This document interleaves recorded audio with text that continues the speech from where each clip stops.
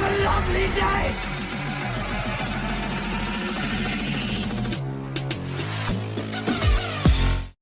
Welcome to Flat Earth Debate Uncut and After Show. I'm your host Nathan Oakley, and if you are new to this channel, or you've not done so already, then be sure to subscribe and hit the bell notification icon to keep up to date with the Flat Earth Debate. If you'd like to support the channel, there is a super chat that runs alongside each of these shows while they premiere. There's also a PayPal, Patreon and crypto link in the info box below the video. Speaking of Patreon, I'm going to do a quick shout out to all of you who do support me on Patreon, so a massive shout out of appreciation to Abraham Mohammed, Abd Adam, Adrian Quintana, Alistair Main, Blue Ridge Ranger, Burn Fat Till My Stomach Is As Flat As The Earth, Chow Young Cat, Chris Hillman, Dank, Dave Rakia Gafford, David Robinson, David Wayne Foster, Daz Studio 68, Edwin Johnson, Erwin Jonasons, Felix Hung, Fireball X, God Rockin, Henrik 86, Joshua Balsimo, Kirsten Smith, Liam Nedrick, Life is Short, Maria Neelands, Matt, Missouri Bear, NA Literalist, Nagara, Nathan Thompson, Naibai, Skeptic 936, Rob H, Steve ALM, Texas Mike, The Real Gabster, Tina Baker, Unbelievable Productions, and Windrider. So a massive shout out, thanks and appreciation to all of you for supporting me on Patreon. Now we are joined by a few people in G+, together with a whole bunch of people in Discord, so I'll leave you with their dulcet tones as I set up for today's live show. Yeah, I definitely know about experiencing it. I used to be a bigger UFO geek than Tyler from Secure Team 10, man, and it was so hard for me to finally give up outer space. But you know, facts are facts, and I couldn't lie to myself. So here I am. That's right. Outer space. That sounds funny now. It does. It sounds fucking dumb. Inner Yeah. Space was a good movie. Martin Short. Well, think about what you're dealing with. They manipulate the weather right in front of your nose, and people can't catch on to it. It's like, what the fuck? The Earth's flat. That's obvious. Spring, skies. That's obvious. And people won't research it. It's like, what the fuck? Well, like with my family, they all don't doubt any of these things. They just keep living the way they're living. They just keep reacting to a lot of what's being said. And then, you know, me in the corner, looking at me in the corner, oh yeah, we know it's fake. We know it's just, it's such a weird.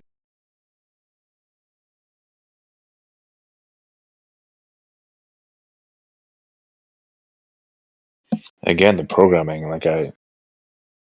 I'm one of those that also hasn't watched TV in a long time, since the 90s. And the last little while before the lockdown, I started going to the bars a bit too regularly, and that's the only time I see the TV. And just watching that TV and the commercials and the things on it, and the sports announcers, I could feel myself getting lulled back into that programming kind of thing, a weird, creepy way. It's like, oh my goodness, this programming is really powerful, overpowering. Totally, yeah. You'll hear something out of the corner of your ear. Let's say, someone else in the house is watching the TV, and you get that little clenched feeling. Wait, it's not real. Hey, there was an old movie on from 1943. And the beginning of the movie, there was a globe on it with a tower on top of it. That was way before the moon landing, supposed. I was like, wow, they were programming way back when.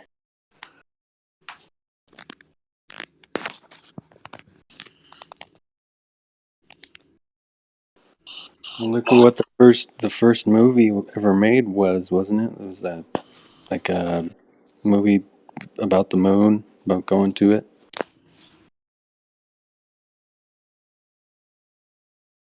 That was one of the first movies. Yeah, wasn't it? You know the one I'm talking about, the black and white with that rocket that lands in the moon's eye. Yeah, I remember some of that footage. Yeah, The it was day, shown. the day the Earth stood still. That was 1950 something. I can't remember. That was a great big deal, boy. Yeah, but I'm talking about the not the movie itself, the beginning of the movie when it starts. You see a Like the big globe, universal logo. He's saying right? basically, Something right? like that. Yep, exactly. Wow, this is 1943.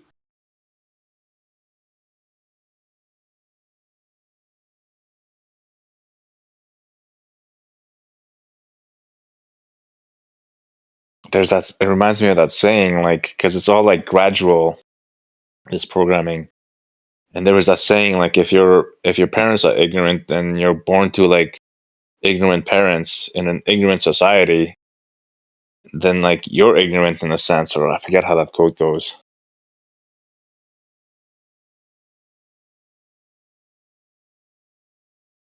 Maybe I should look it up.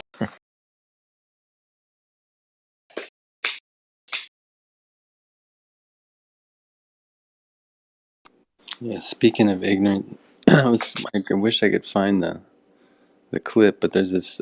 I can't even think of her name, but you know what? I'm just not even gonna go. I'm gonna stop while I'm ahead.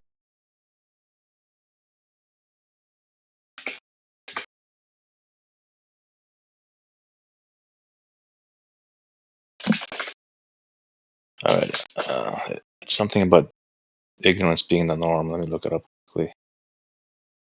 Because I butchered that quote and I don't like that. Come on, where is it? The smartest are the stupidest.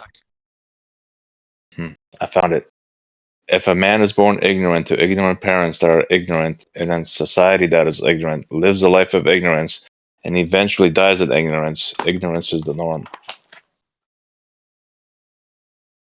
Makes Thus, sense. indoctrination can be called education, hypnotism can be called entertainment, criminals can be called leaders, and lies can be called truth, because his mind was never truly his own. Some dude, Gavin Nascimento, said that or something, if this quote is right, or source is right.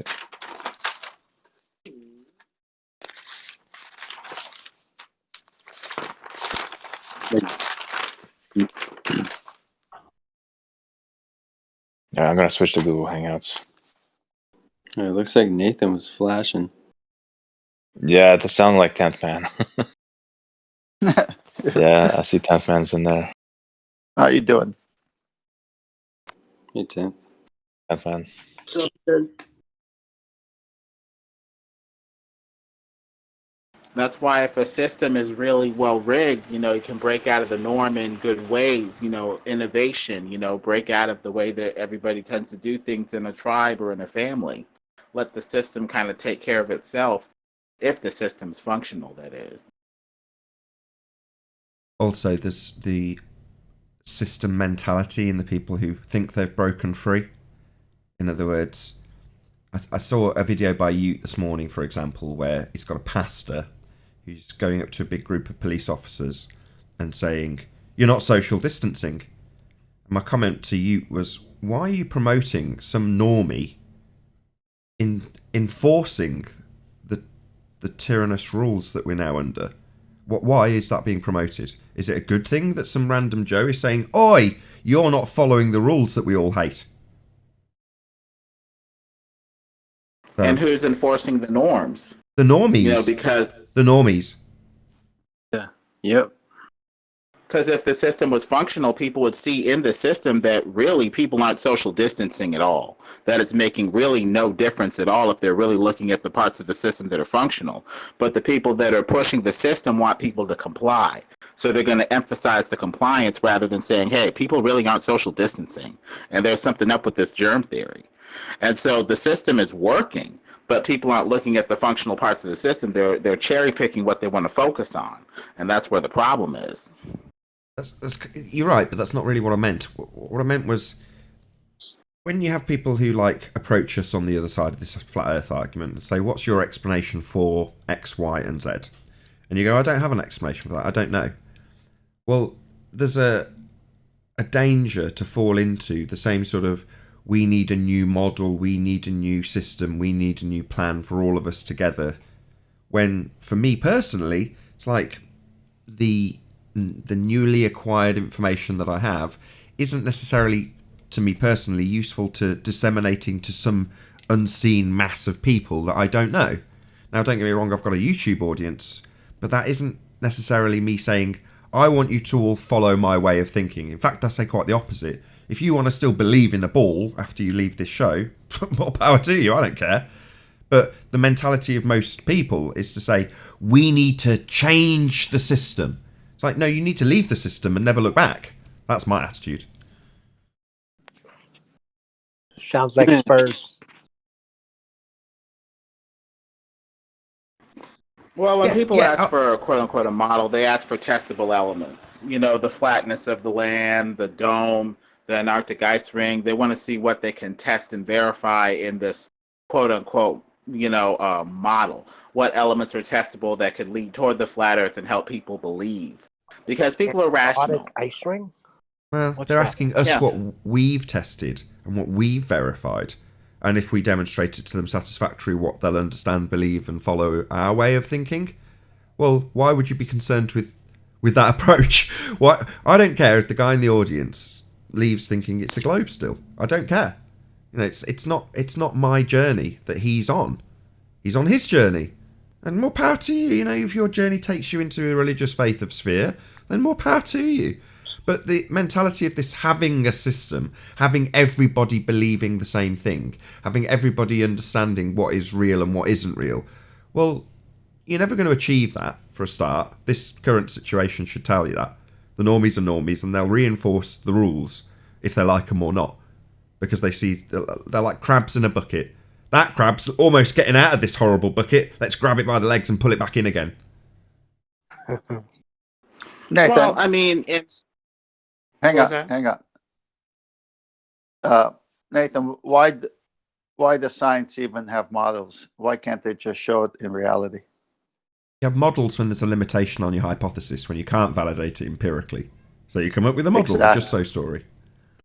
Exactly. So, back to some of the writings of Andrew Thomas Young about refraction, he says, if you read this far without jumping ahead to the refraction page, please go there now. It explains how refraction works and how atmospheric refraction can be calculated very accurately given a definite atmospheric model.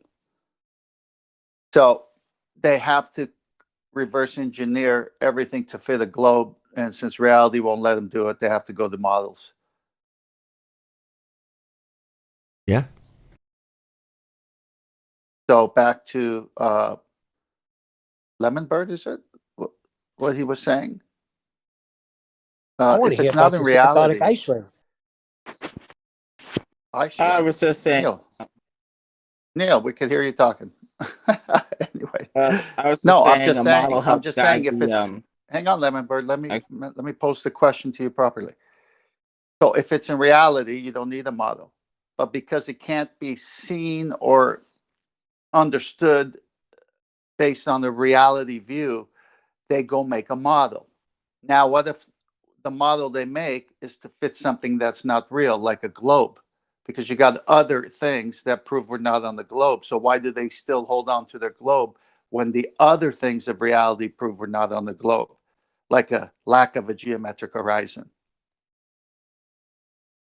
Physical, Well, that is. a model does help guide exploration, but the main thing is reality, as you say. The only thing is you're exploring, say, this dome or the whole length of our system, and say you die, and you only get to explore part of it.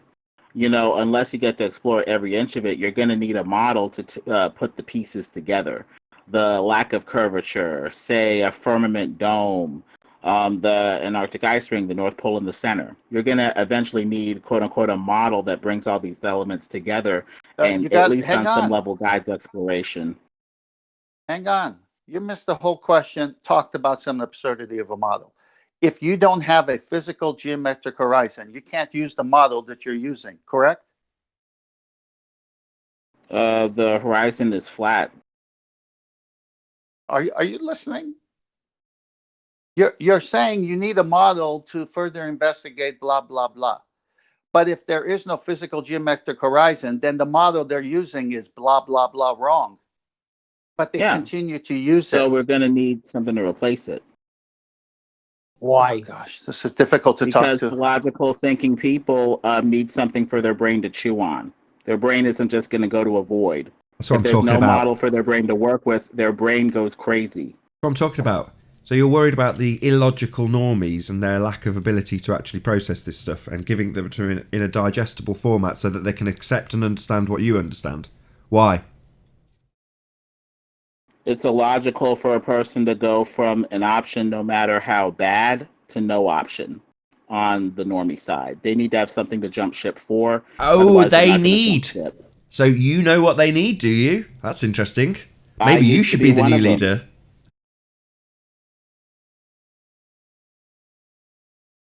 Do you see what I'm driving at, Lemonbird? You've arbitrarily decided that you know what's best for these normies and how they're going to know what's what. Well, what's to say that the original bullshit that we have in place now was just some dude at the beginning of it going, these people really need to understand how we're on a sphere. Let's figure out a way of making them understand.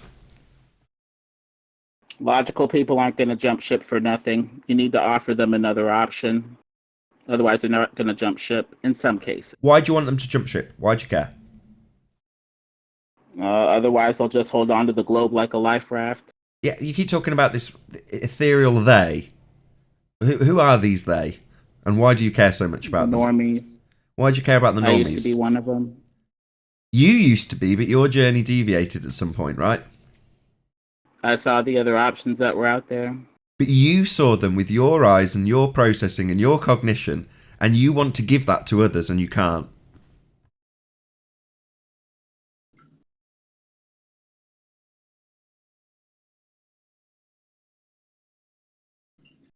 I'm glad there was a stony silence. Most people don't realise this. The journey of discovery that you are on, your appreciation, isn't the same as your understanding. And all you're trying to give people, by the way you're just talking, is an understanding. And you can't give that to people. You know, an understanding is just somebody appreciating how you've described something and then accepting it. That's an understanding. You understand what I've explained? Yeah, I understand how you've explained it and what you've explained, and therefore it's real. I understand. Well, that's a big difference between you know, widening your eyes and going, wow, the world that I'm presented with isn't what I thought because of these reasons, as opposed to here's an explanation of how the world isn't what you thought it was. Really? The world isn't what I thought it was? Thank you for telling me, because I couldn't have done that on my own. They just won't do it, regardless if you tell them or not. So I just see it as a fruitless task. Yeah. I mean, I think people, you know, without some sort of viable option will say, oh, the world doesn't, you know, isn't what we thought it was. Well, I don't have a viable option, so I'm going to go back to the globe, which, you know, at least gives me an option no matter how, you know, bad it is. It depends on, you know, the person you're dealing with.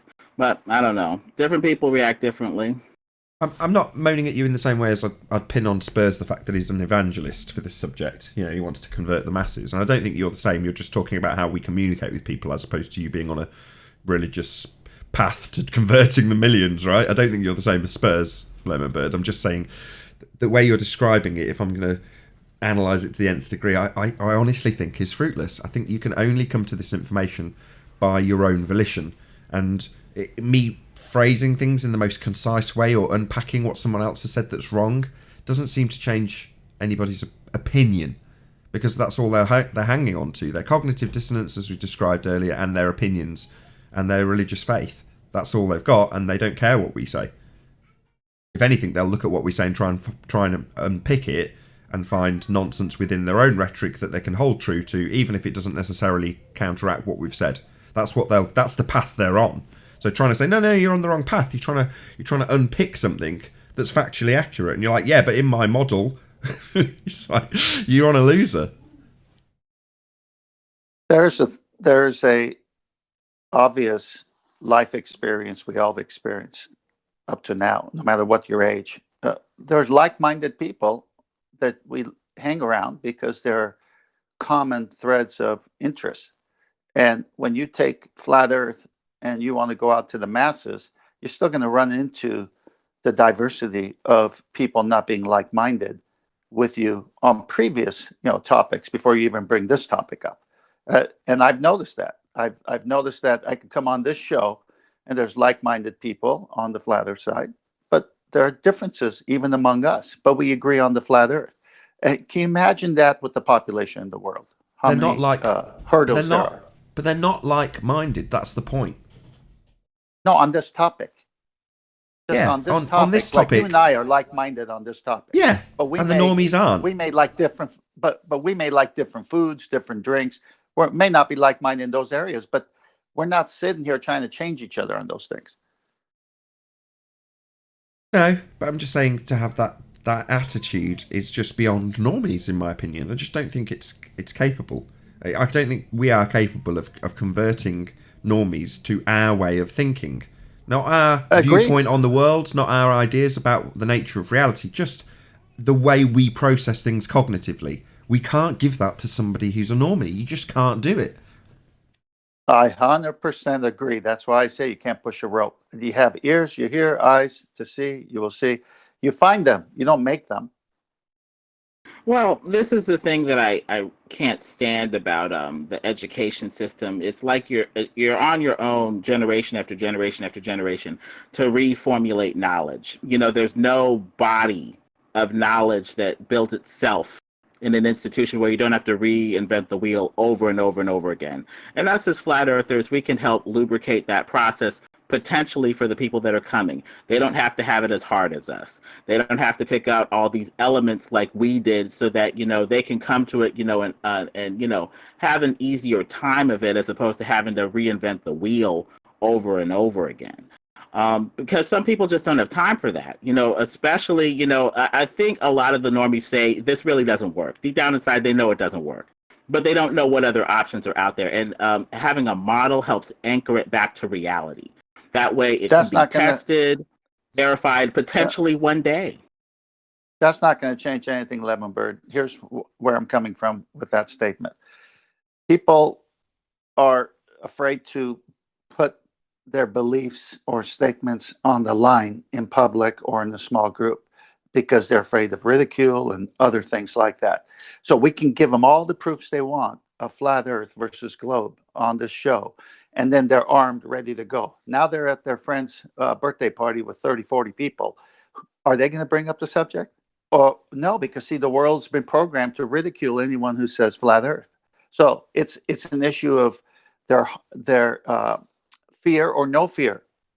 Are they going to spread the truth as they know it, not caring what someone thinks, and risk being alienated? And on the drive home, every member of the other family is talking about him, and he knows that's going to happen, so he doesn't do it. So it's a fear thing.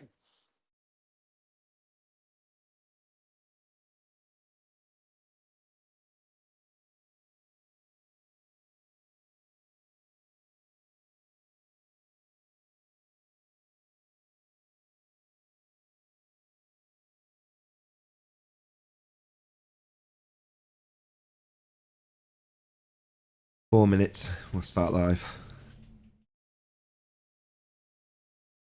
Yeah, I've had a few people already say through the grapevine, Panther's crazy.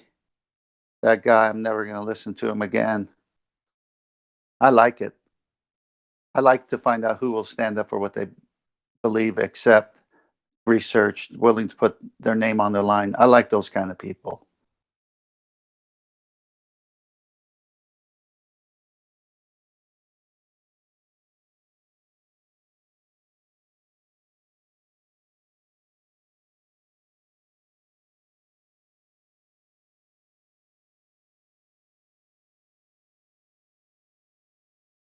So at the end of the day, since there's silence here, all we do is proclaim, right?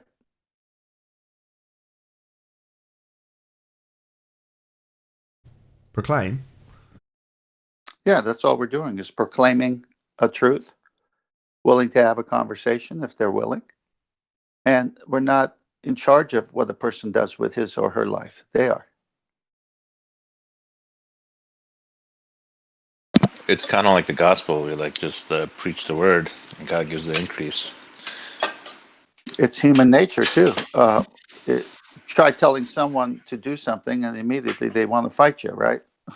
So it's like, oh, that looks interesting. Can I have a bite of that food? Or that looks great. Can I drive that fast car? It's almost like it's got to come from them for it to be back and forth. Because if the minute you start telling people stuff, they get resistant.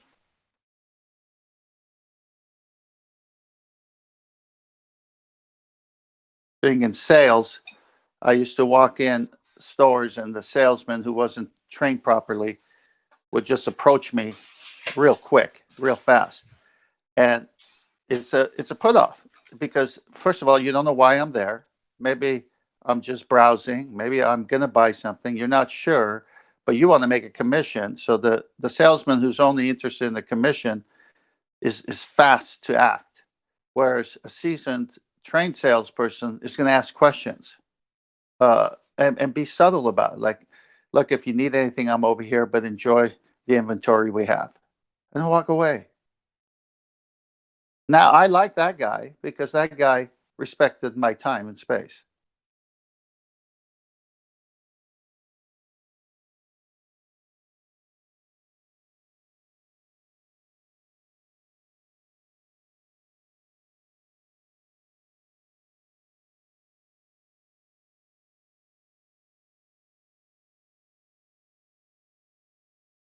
I was going to launch into a discussion about sales, but given that we've only got about 10 seconds before we go live, I don't think I will.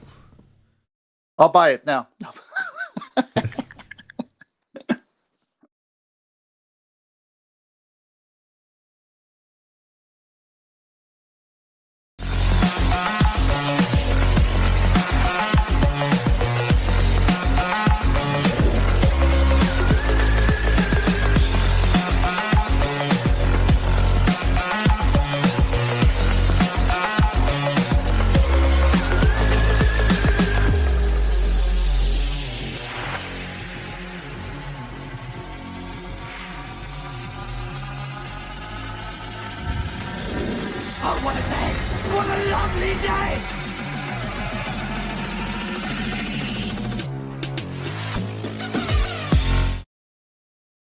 Welcome to Flat Earth Debate Live. I'm your host Nathan Oakley, and if you are new to this channel, or you've not done so already, then be sure to subscribe, hit the bell notification icon and join button to keep up to date with the Flat Earth Debate. If you'd like to support the channel, there is a super chat that runs alongside each of these shows while they are live. There's also a PayPal, Patreon and crypto link in the info box below the video. Most importantly, if you'd like to join the discussion, simply mute the page you are currently watching, then click the link in the info box below this video to join the panel and express your views on the nature of Earth. If you do join, please don't swear. If you do, you'll be ejected, and if you are, please don't try to rejoin the stream using sock accounts. You'll be warmly welcome back on the next stream.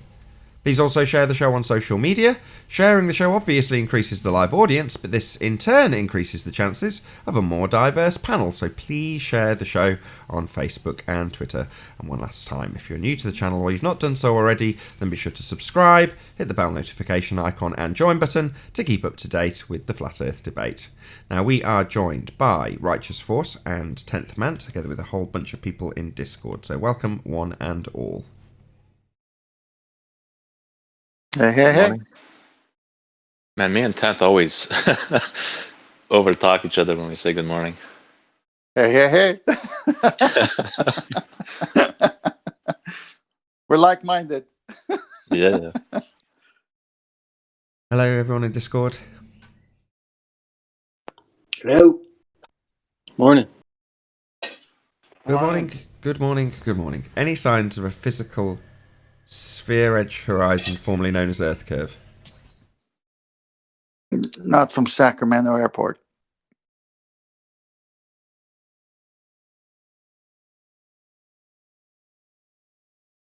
Or should I say, like Adam, not from Nottingham. Any signs of axial rotation of the Earth-based variety? Nope.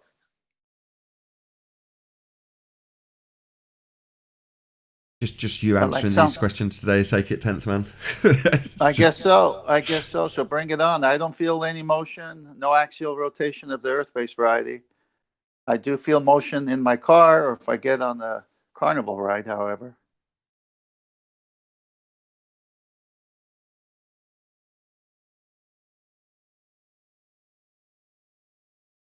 Any scientific evidence of gravity? No scientific evidence of an effect that they've called gravity, so they could keep their nonsense going. Any single viable hypothesis from any of the fields of astronomy, cosmology, or astrophysics? Still waiting on Dr. Becky to respond, but I doubt she ever will. But the answer is no. Any evidence of the distance to the sun? Over there, as Arvin would say. Arvin, are you here? Joined. Yes, just came in. Any evidence of the Perfect distance timing. to the sun? Arwen? Hello, Hello. can you hear me? We hear you. Any evidence of the distance to the sun? Yes, it's over there. Fabulous. Or wait, the distance you say? 93. No. Heard some rumblings from Discord. But I said 93 something. About 93 million miles based on an R value. You'd need a bit of R for that. Oh, that. Okay.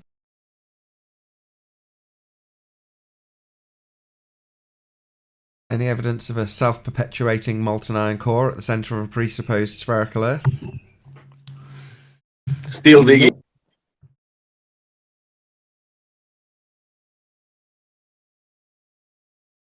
Any I evidence? think your intro animation is the best evidence to date, Nathan. I missed the beginning bit. I'll talk through you. Sorry, Arwen. Say that again. I think your Still intro digging. animation is the best evidence to date. Yeah. That's a jolly good evidence right there. An animation of a molten iron core with Earth separating into. Not really evidence, but still. Nice intro. Shout out to Adam Meakin of Iron Realm Media. Any evidence of the R value, Earth radius?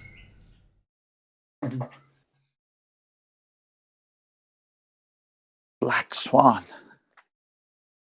Took care of that. Hey, Paul. Hey, Paul. Hey, sorry. How you guys doing? Very well. Last but by no means least, any evidence that you can have gas pressure without the necessary antecedent of a container?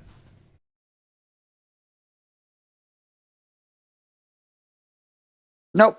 No possible way. Radiant gravity. All Radius good gravity. questions, all unanswered after how long? Over a year? Over 2 years now? Did you say radius gravity, Arwen? Gradient, then gravity. Radiant gravity. Gradient, gravity, space-time bending. That's the evidence.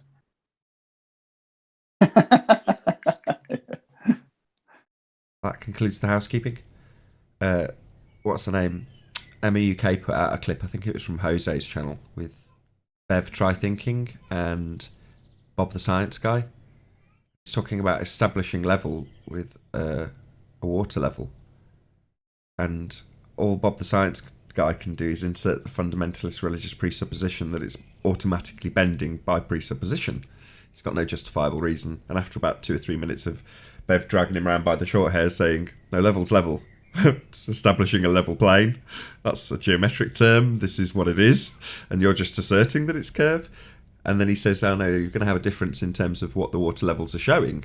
In other words, fundamentally contradicting what a water level actually does. And then he says it's doing it because of gravity. You're like, oh my God, how many times? And then just by coincidence, somebody in Ballbusters put up, I might as well put it up.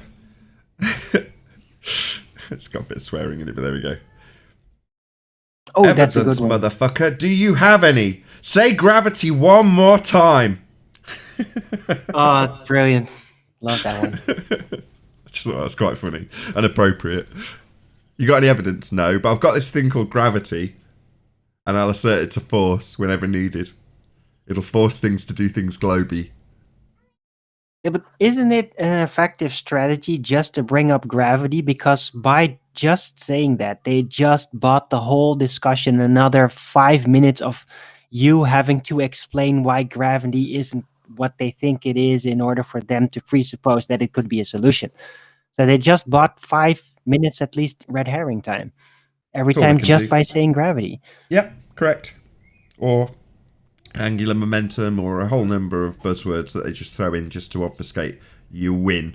Normally they'll throw it in at the point that you've actually won. So how do we get around that? You unpack gravity, throw out a few George Musa or Brian Cox quotes. There's not really a force of gravity at all, Brian Cox. Gravity is not a force, George Musa. There's loads of them. Just dig out a couple and throw it back at them. Point out that it's pseudo-Ramonian force space, length, breadth, depth and time, and the bending of this concept won't give rise to any force. Right. So that's why I said what I said. Gradient, gravity, space-time bending.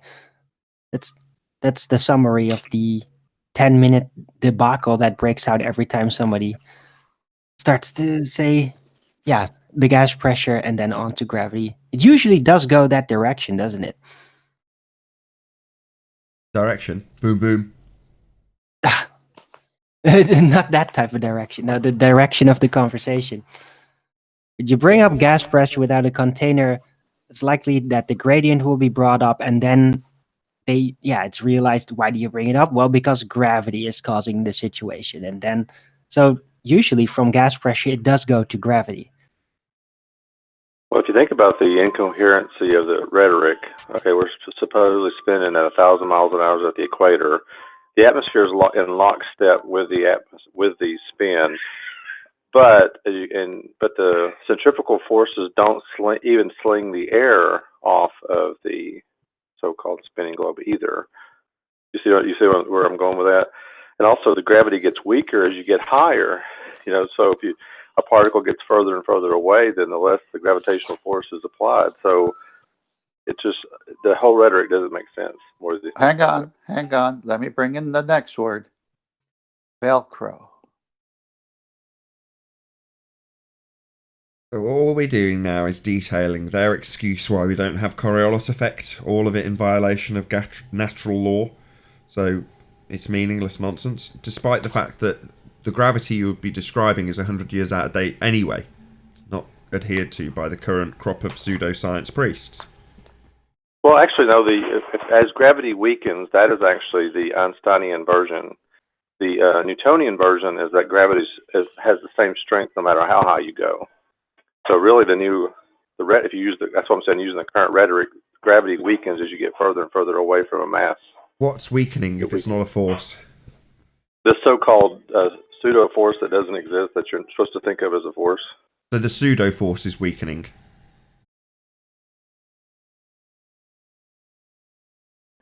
Right. So it loses. The pseudo force has the ability to weaken as it goes up, so it can't hold anything down. Wasn't QE on yesterday when we were talking about the apparent Coriolis force and how it does not have a magnitude? You can't have a little meter in a plane accounting for a not actual force. Same applies to gravity. Not a force. No magnitude.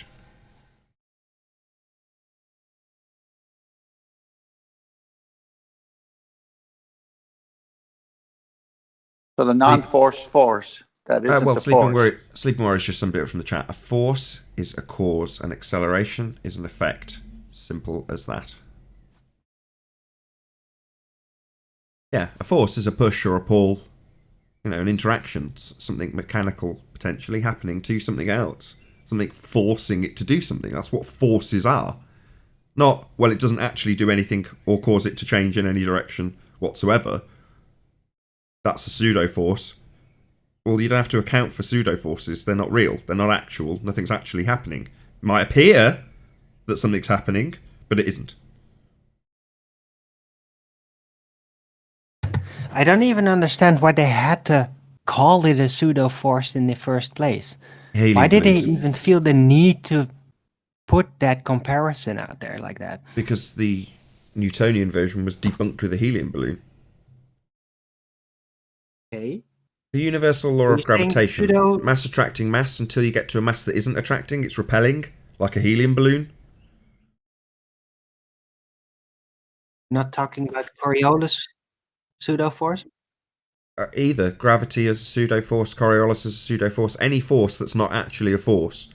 You can think of Coriolis as a force, but it isn't. You can think that when you watch a plane seem to deviate, if that happened, it does not, because you were rotating underneath, which we are not, and you looked up and you said, oh, looks like it's curving.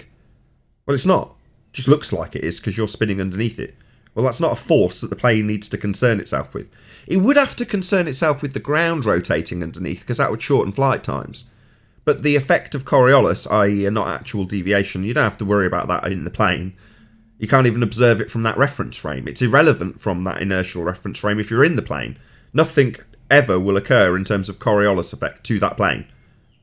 Because you're not observing it from a non-inertial spinning reference frame if you're in the plane. So to talk about Coriolis when you're talking about a projectile, a train, a plane, a helicopter, a drone, or anything else that's in the inertial reference frame is irrelevant. Because Coriolis is only ever an observation from the spinning reference frame. So it doesn't matter what the projectile's doing, it doesn't matter if it's stationary, if it's a lamppost concreted into the ground as you spin around on a roundabout and look at it. Its momentum in that instance is zero. It's not moving, it's concreted. So the helicopter speeding up or slowing down, nothing to do with Coriolis. Only the apparent drift you think you see when you look at it rotating underneath it. And that would necessitate you rotating underneath it. For all those idiots who come here and say, look, you don't have any deviation. The plane's powered. Oh, right, what's that got to do with Coriolis effect when it's an observation from a spinning reference frame? Doesn't matter what the engines are doing. In the same way, it doesn't matter that my lamppost example's concreted into the ground. I still see it deviating. Seem to deviate. Go on, Owen. So, I'm getting this feedback loop. What is this? Okay, it's gone. But yeah, I had a sort of a historical technical question about the Coriolis effect, because I know when roughly Newton's theories were kind of established, but when was Coriolis effect like officially figured out? What era was that? Was that the same period? Was it I've made no by the idea. same people arranging Newtonian physics, as it were? I don't know. It's not something that needs figuring out, per se. It's just an observation, right? You look at a ball as it leaves your hand on the roundabout. You just go, looks like it's deviating. And then you realise that it isn't. That's all it is. I mean, it's not like a I know discovery. that. I get that totally. It can't be more clear. So many hours. But the issue is more like, where did the motivation to call it a pseudo force come from? That has to have a reason. You said, okay, it's because of Newtonian physics.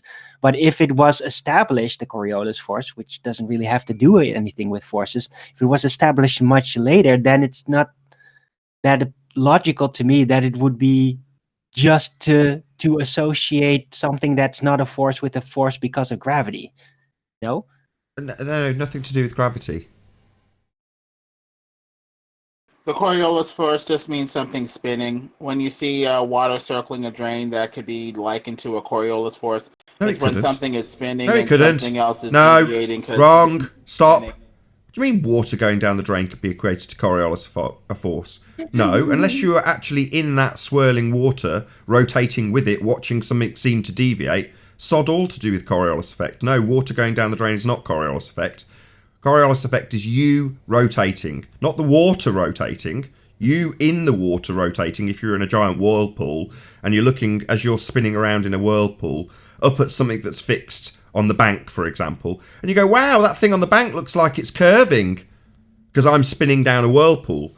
Well, that would be Coriolis because you're on a rotating non-inertial reference frame, a spinning whirlpool, but you're observing it from the spinning pool or the spinning hurricane. You have to be in the hurricane, spinning around, watching things seem to deviate for it to be called Coriolis effect.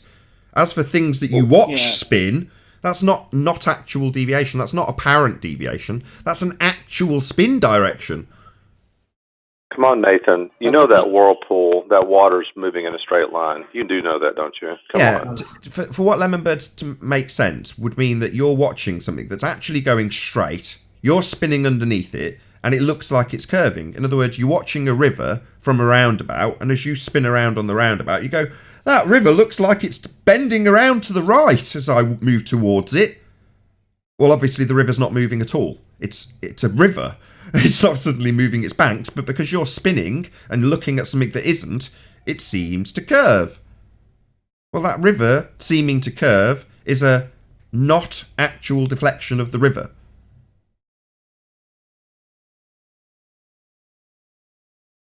Because I think the split is between the seeming Coriolis deviation and the actual deviation you get when you're in a spinning system that's deflecting your object.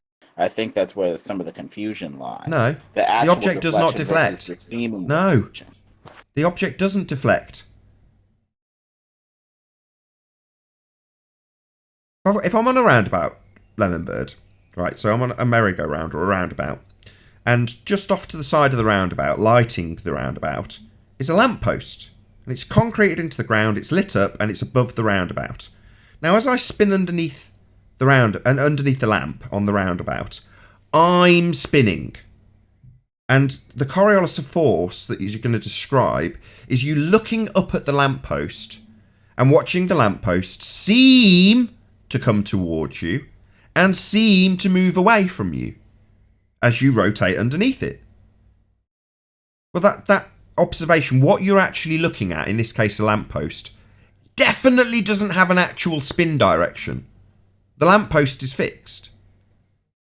So likewise, if you're looking at something like a whirlpool or a hurricane, you're observing that actually spin rather than seem to spin because you're spinning. Does that make sense?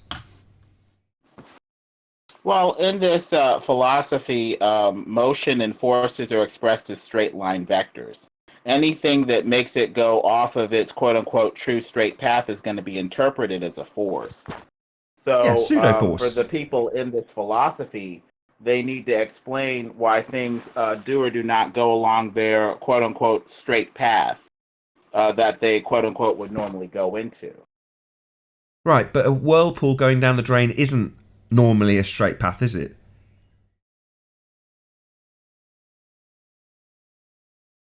Yeah, so that's why people would tend to say that there's a force taking it away from its straight, normal path. Right. In this philosophy. But in Coriolis terms, Coriolis is not a force. It's not forcing anything to do anything. So when I go under the lamppost, has the lamppost moved when I see it seem to curve? No. There's no force applied to the lamppost. Even if there was, it's concreted into the ground. Still seems to curve, though. Still has a Coriolis of force, pseudo-force, applied to it. Obviously, there's no force applied to it. The lampost's not moving. I'm moving underneath it, and my perception, my view, is that it seems to be moving. Pseudo-force. In that case, we have a different definition of a force. The definition of a force that you seem to be using implies a knowledge of the natural activity of an object. And force is making it act in a way that it doesn't normally act. So for us to know what forces are, period, we need to know how things normally act to see whether or not they're being forced into a certain sort of behavior. Okay, but, so as I spin under... This stuff to get very crazy, philosophically anyway. So as I spin under the roundabout, you tell me what force is applied to the lamppost I'm looking at as it seems to come towards me.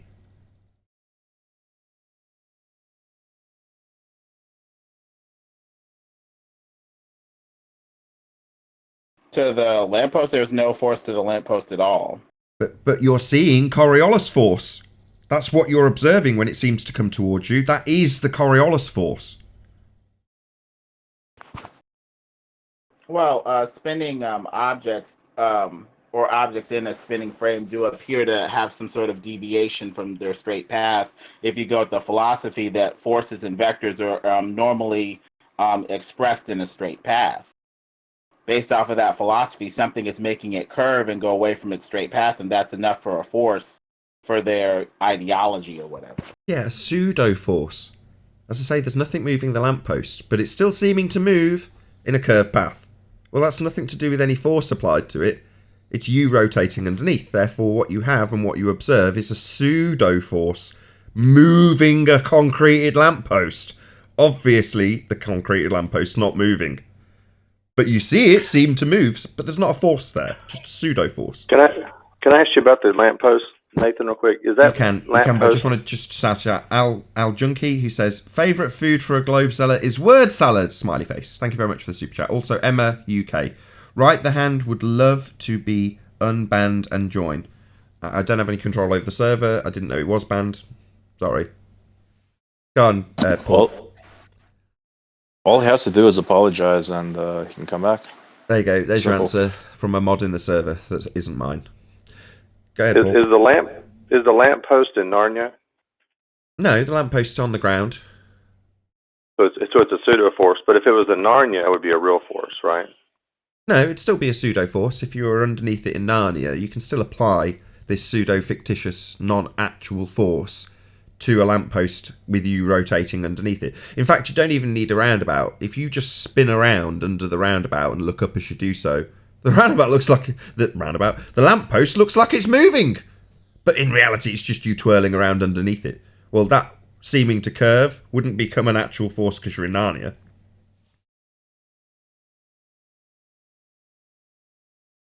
I was just checking, just making sure. I thought you were leading to, well, if the lamppost was claimed to be on a spinning ball Earth, would it have a real force attached to it? But you weren't going there, clearly. No, I wasn't going there. I was actually trying to see if I could make a joke, but it didn't work out. Hey ho. Well, so much of this definition of force is really contingent on knowing how an object normally acts. So unless we can say how an object normally acts, we can't really propose to know what's forcing what to move in whatever direction. Yeah, but that's why they've picked this way of justifying a ball Earth that spins, because they can argue for 5 straight hours about what happens to the projectile. You're saying, well, we need to figure out what force is normally applied to whatever object we're observing to have Coriolis force. Well, I'm talking about a lamppost that's concreted into the ground, and correct me if I'm wrong, there's no assumptions required, there's no measurements required. I can say with absolute certitude that the lamppost I'm detailing is not moving. So what do I need to know about it?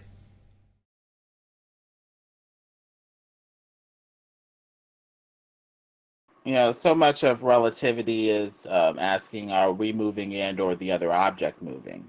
Because the lamppost wouldn't be moving, but if it's in a moving river, the river would move the lamppost while it does not move. But that wouldn't be Coriolis. Not moving, is it moving because it's in another moving medium? Yeah, it can get really philosophical. You can, but none of this is Coriolis effect, though. As soon as you start detailing what the projectile's doing and how it's doing it, you're not describing Coriolis effect anymore. And that's why they do it the way they do it. Let's detail about how the projectile's moving, whether or not it's changing latitude, whether or not it's increasing, decreasing speed, whether or not it's retaining angular momentum, whether it's moving into the linear momentum. All of those things have got nothing to do with Coriolis effect whatsoever. But they'll detail them all day long, argue about whether or not you're retaining angular momentum. Well, who cares if your angular momentum's retained? The lamppost isn't moving a smegging inch. I can still see Coriolis effect in it, though. So I don't need to worry about what the lamppost, or the plane, or the bullet, or the pendulum, or anything else in the inertial reference frame is doing ever. And as soon as any fundy comes here and starts arguing about what the bullet, or the plane, or anything else is doing, I'll say I don't care. Because Coriolis effect is only ever an observation from the non-inertial spinning reference frame. What I see and how I see it is what Coriolis is. Not what the plane does, not what the bullet does, not what the lamppost does. Only what I see of the lamppost, or the plane, or anything else. Because I think you're saying that the Coriolis effect is apparent and not actual. It doesn't cause any deflection. Because I think there's two camps here. One that's saying that it just looks like it's spinning, but it's not causing any real effect. And the other school that's saying when a spinning object spins, there's some sort of deflection and something that, makes something else veer off of its path by the spin of something. So I think what they're saying essentially is something is spinning for the Coriolis effects they say that they're observing, whatever that is. But that's not Coriolis effect or supposed force. The centripetal or centrifugal type forces. It's something else.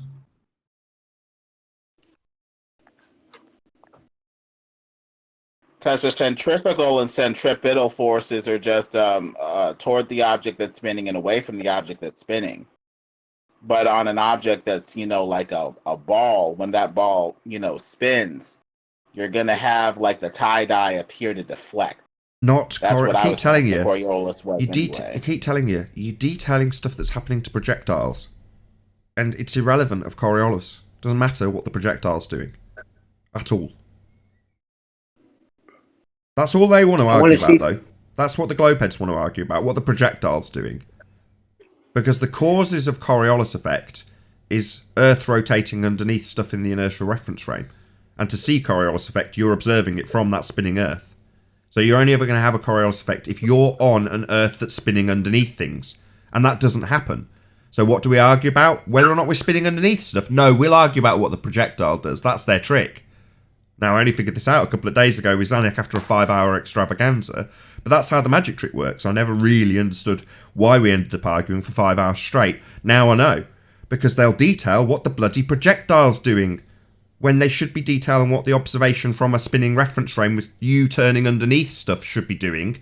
And we want to focus on that purely because, forget the Coriolis effect, once you've got it established that to have Coriolis effect, you must be rotating underneath stuff, that shortens flight times. But they'll talk about what the flight does. Sod all to do with Coriolis. Not necessarily. You could have space moving over the object. Say again. What? Say again. Space could move over the unmoving object. In this case, space could move over the unmoving Earth, swirling around. What is space? What does that have to do with observing something from a spinning reference frame, though? That would give rise to the spinning forces they call Coriolis from the spin of space, but not the spin of the object. Do you know what Coriolis itself. effect is, Lemonbird? Can you define Coriolis for me, please? Let's see. According to the dictionary, hold on. So let me get it straight. You've just spent 2 or 3 minutes, maybe longer, discussing what you think Coriolis effect is incorrectly on 3 separate occasions. Now you're going to go and look up what it actually means. My God. I want a oh dear. verbatim Yeah, what? definition. You should know. You've just told me about bloody stuff going down the drain being Coriolis effect. Now you're having to look it up. Clearly you don't know what Coriolis effect is, Lemonbird. Why are you talking? I'm telling you off. I'm telling you off. Shut up. A rotating system. Shut up. I don't want your wiki parroting nonsense. Now I've asked you if you know it. You don't have to go and look it up and parrot it off what you've got from wiki. You clearly don't know what it is, or you wouldn't be detailing water going down a drain. Why are you even talking about this? Deflection due to a spinning object. A spinning object? No, that's wrong. According to the dictionary, that's basically what it's saying. Oh, really? It's funny that Discord, given that we're in a paradigm where most dictionary entries will be heliocentric in nature. So you haven't detailed what Coriolis effect is. It's very simple to define. Yeah, deflection due to a spinning object. That's that's wrong. You've missed out the crucial criteria of what gives you Coriolis effect in that explanation. You haven't detailed what causes it. What causes Coriolis? The spin of the object? Wrong! The spin of the... The spin of the non-inertial reference frame underneath an inertial reference frame. That's it. Well, this dictionary definition says... in effect, I don't care! I don't care. Do you think I care what you've just wiki parroted? Do you think I need challenging on this? Do you think I don't understand this, Lemonbird? Do you think I need a dictionary entry for me to understand Coriolis effect? I don't, I assure you. Just stop talking about it if you don't know what it is. That's a wrong definition anyway. Look, Coriolis effect is easy. Roundabout is a rotating non-inertial reference frame. Anything that leaves the roundabout is going to travel through the inertial reference frame. You rotating underneath as part of the non-inertial spinning reference frame and observing something not in your reference frame gives you Coriolis. One reference frame spinning under another. You observing from the spinning reference frame. That's it. It's really easy. Because this definition doesn't say that. It says a force that tends acting perpendicular to the direction of motion into the Well, it's axis of wrong. rotation. Well, it's wrong. Coriolis is a pseudo force. It's not pushing or pulling anything. As I look at the ball seem to curve, it's not actually curving. There is no force on the ball to give you Coriolis deviation. So when it starts off its explanation in the dictionary, it's a force, it's wrong.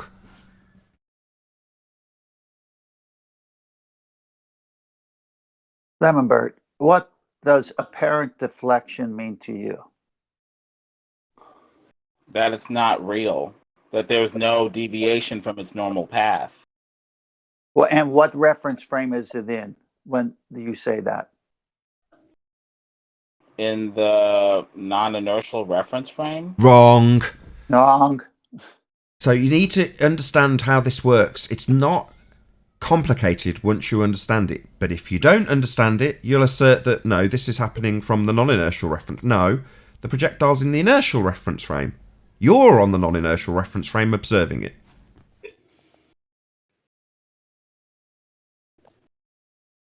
May I try something, Nathan? Yeah. All right, Lemonbird. Let's just work the argument backwards. They're trying to say we live on a ball that's spinning. Yeah. So if we live on the ball that's spinning and an airplane leaves the non-inertial reference frame, which would be the airport tarmac, and it's in the air, it's now in the inertial reference frame because it left the non-inertial reference frame. And if the Earth was spinning, the flight back from Charlotte, North Carolina to LA would be reduced by half the time, basically, because the Earth is now spinning towards you. But since that never happens, they make up all this crap. You understand why it's so convoluted? Because we're not spinning. There's somebody showing something on voice chat, some sort of Coriolis nonsense. It's on a table, though, spinning table. That's okay. That doesn't make it If nonsense. that's the 1960 video, I have that. That is actually demonstrating Coriolis effect.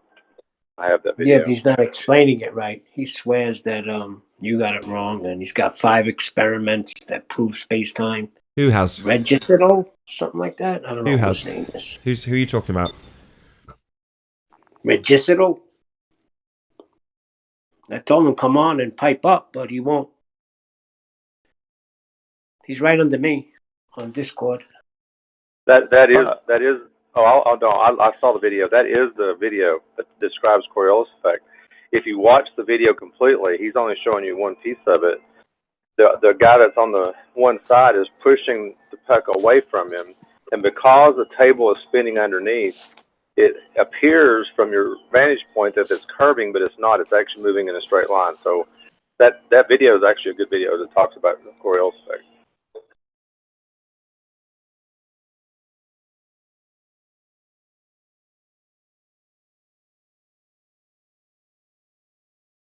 Is that black and white one that you showed in the past, Paul? Yes, that's the same one. Yeah, that's a really good video. That actually proves the Earth is not spinning.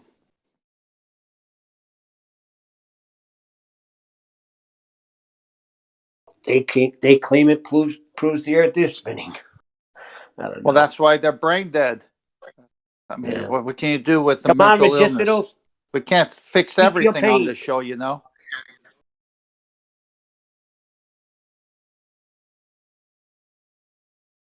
Share your pain. Share it, Regicidal. Come on out. Is that how you say your name? Why don't you come on and tell me how to pronounce your name? Tell us where we're wrong, more importantly. I want to see these 5 experiments that prove space-time. Well, we can get to that. If you're saying we're wrong about Coriolis, fine, let's hear it. Let's hear how we're wrong.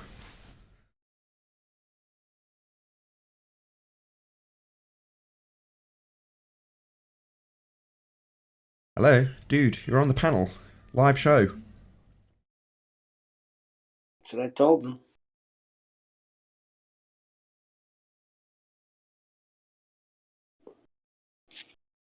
kick him out. If he's in the panel just to spam our chat, I don't even look or display.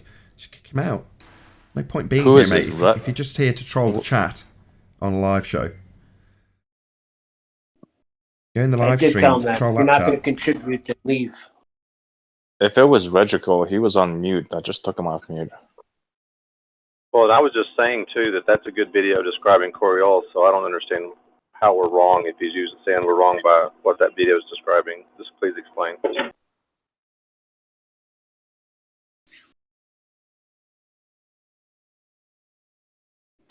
Here to troll the chat. Last call, Reggie Carl.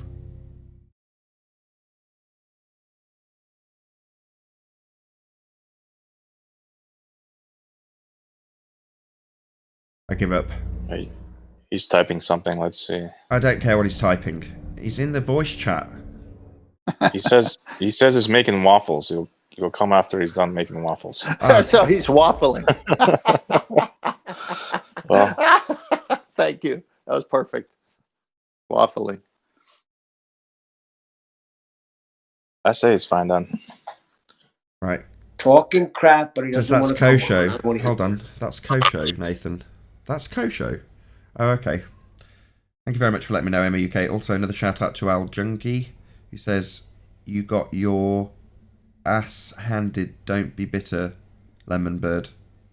I don't think he was. You're not bitter, are you, Lemon Bird? I'm good. The main thing is whether or not a spinning object causes a real or just an apparent deflection. Does it cause things to deviate off of their true path or not? Because if it causes stuff to deviate off of their normal path without the spin, that would tend to be interpreted as a force. Yeah, but it isn't. You spinning underneath something isn't going to force anything in the inertial reference frame to do anything. You can't cause something to do something just by looking at it. You can't cause the plane to curve. It just seems to curve when you watch it.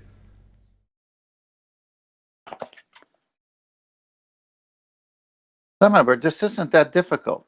If the Earth is spinning, and you're on it, that would be considered a non-inertial reference frame, much like the roundabout that Nathan uses, a spinning roundabout. If you're on that thing and you throw a ball into the air straight, you're continuing to turn underneath it. So observationally, it looks like it's curving, but it's straight because it's in the inertial reference frame now. If it was in your hand and you never threw it, it'd be turning with you. Nothing to Unless view space other than is spinning above the Earth, then you could have a spinning what? deflection No, or say it whatever again. from spinning space. What space? Solid, spinning, viscous ether space. So you're saying the gases are spinning with the Earth, is that what you're saying? The Earth doesn't move. Space over the Earth moves. Yeah, I think a guy discussed this yesterday. He was saying that, again, in their paradigm, the only actual claim of Coriolis that they could assert, given that they, at trench level, assert that the atmosphere is travelling along with the Earth, would be that the Sun is giving you an apparent movement, when in reality we're traversing it. We're orbiting it according to their rhetoric. So therefore, the movement of the Sun would be a Coriolis deviation. It's not moving, you're moving under it. That's their paradigm from space.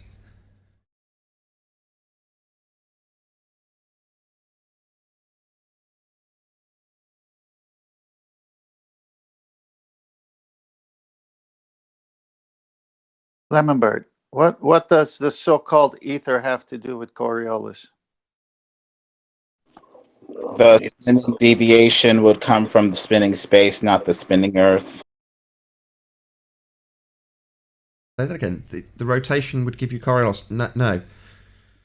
You have to be part of the spinning reference frame. So for you to observe Coriolis effect in that description that you've just given, you would need to be in this fanciful ether spinning around with it, watching something in an inertial reference frame not actually deviating, but seem to deviate because you're spinning around in the ether. Loves that ether.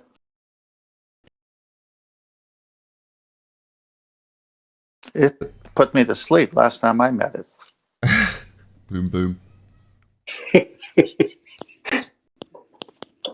But I just want. Now, give me something to believe in. I just want this to be clear with Lemonbird. Do you understand, Lemonbird, that whenever you're detailing spin and you're referencing Coriolis, you're going to be part of the observation and you're going to be on the spinning whatever. It doesn't matter what.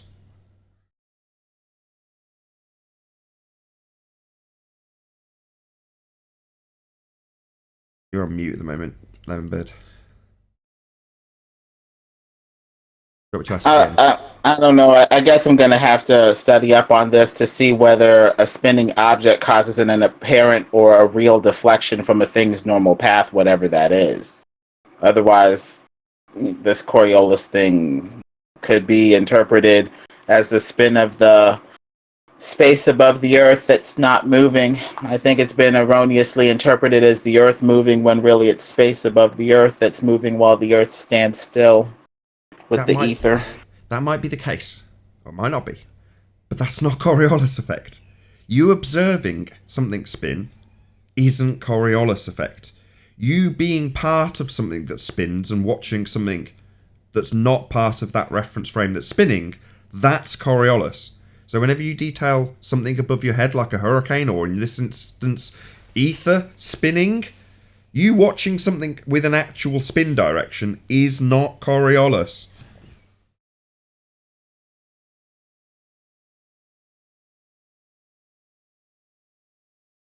I'll just say it once more for Lemonbird.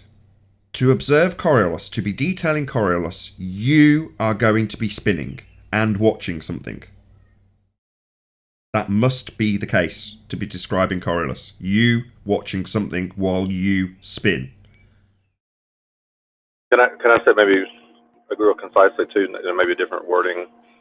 If something is actually spinning, that is not Coriolis effect. The apparent spinning, that is Coriolis effect. Yeah, not actual spin directions, apparent deviation.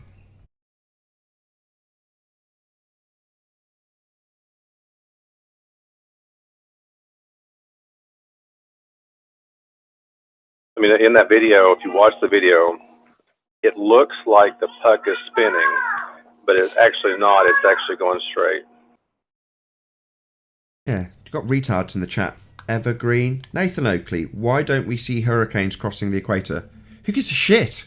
It's not Coriolis effect. It's not proving Earth spins. It's got nothing to do with Coriolis effect unless you're actually spinning around in that hurricane. So who cares, moron, from the chat, Evergreen? That's not Coriolis effect, moron. That's an actual spin direction you're detailing with hurricanes? Morons.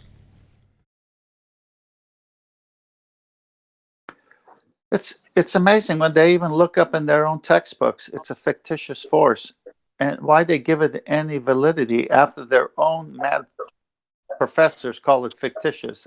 It's just amazing to be a ball-tard after an education like this. Wish Chaka was here so he can read the actual definition that Kosho cited. That'd be nice, but he's not here. Because there's no Coriolis effect on the equator. What are you talking about? Coriolis effect on the equator would be in effect if Earth was spinning. You'd still be part of a spinning reference frame on a spinning Earth watching things deviate at the equator if Earth was spinning. So again, Evergreen, sit down, shut up, you're a moron, you don't understand what Coriolis effect is. Yes, there would be a Coriolis effect on the equator if Earth was spinning. There isn't, therefore there isn't.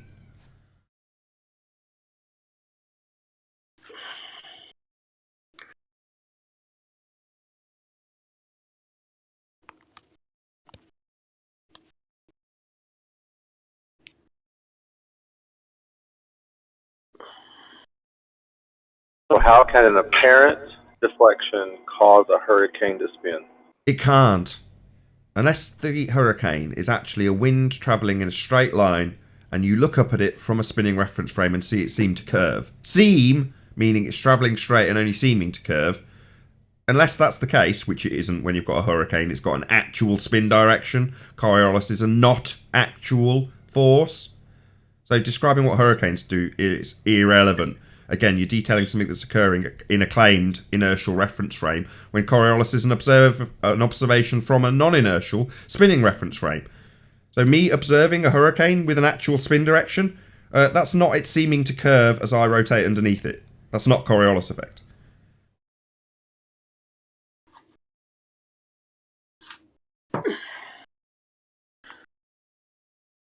Who the heck is this Easy E guy?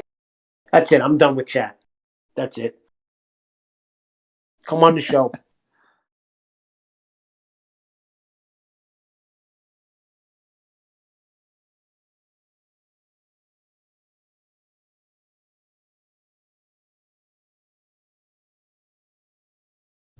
Well, that was a fun discussion of Coriolis.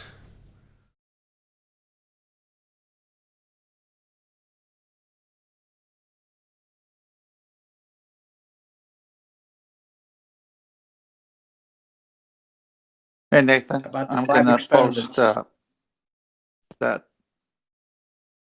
reference that Paul said chocolate. I just found it. So I'll Where post did it to you- Master B and Paul, if you can read it.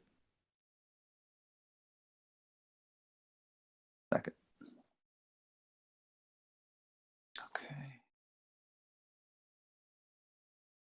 I don't see it in Master B. It's coming. It's coming. Okay. Should arrive. Okay, got it. This is the one Kosho. This is the one Kosho did. Got it, Paul? Hang on a second. I thought you put it in Master B. It looks like you. Okay, hang on a second. I'll look for it. Hang on.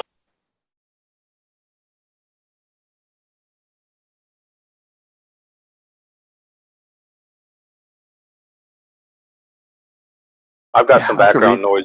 Yeah, you might I'll read do it. it. I've, I'll I've got read it it. shared. I got some background noise. I'll read it if that's all right then. I just want to give you the opportunity. This is the one Kosho put up. The object is not actually moving off its course. It only appears to be doing so because the Earth is turning beneath it. Causes of Coriolis effect. The main cause of Coriolis effect is the Earth's rotation, period. As the Earth spins in a counterclockwise direction on its axis, anything flying or flowing over a long distance above its surface is deflected. This occurs because as something moves freely above the Earth's surface, the Earth moves east under the object at a faster speed. And the Baltard put that up as proof.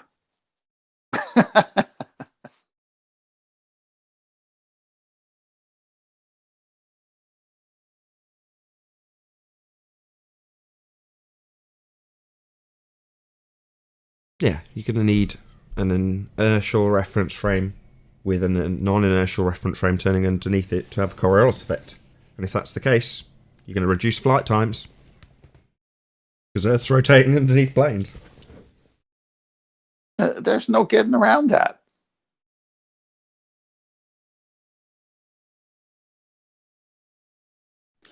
They say explain why.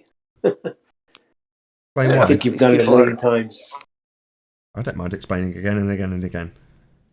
Earth's rotating underneath aeroplanes, helicopters, or anything else for that matter. Then you're going to have reduced flight times because Earth's rotating underneath aeroplanes. That's what gives you Coriolis effect. You watching things whilst you rotate underneath them. That's what gives you Coriolis effect. So if you've got Coriolis effect, you've got Earth rotating underneath planes. It's just that simple. If you haven't got Earth rotating under planes, as they argue and fight about here, whilst detailing things that happen in the inertial reference frame, completely in contrast to what Coriolis effect actually is and how it's described, then you're going to detail how you don't have anything occurring from the inertial reference frame, when you should have something absolutely observable and apparent deflection from the non-inertial reference frame, and we don't observe that. We don't observe planes seeming to curve as we watch them travel straight. And if we did, i.e. if there was a Coriolis effect, that flight that we see seeming to curve is only curving because Earth's rotating underneath it.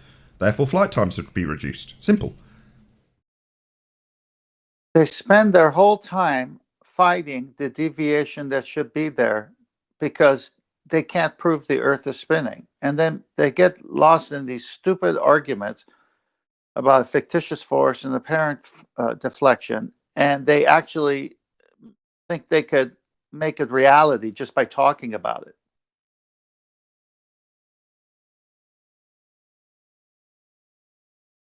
I mean, they come on the show, Nathan, and they argue against the deviation that they're supposed to have to even prove the Earth is spinning. Right, well, they won't get away with that for much longer on account of the fact that they're no longer going to get to argue about what's happening in the inertial reference frame anymore, because that's not Coriolis effect. So that'll get stopped in their tracks.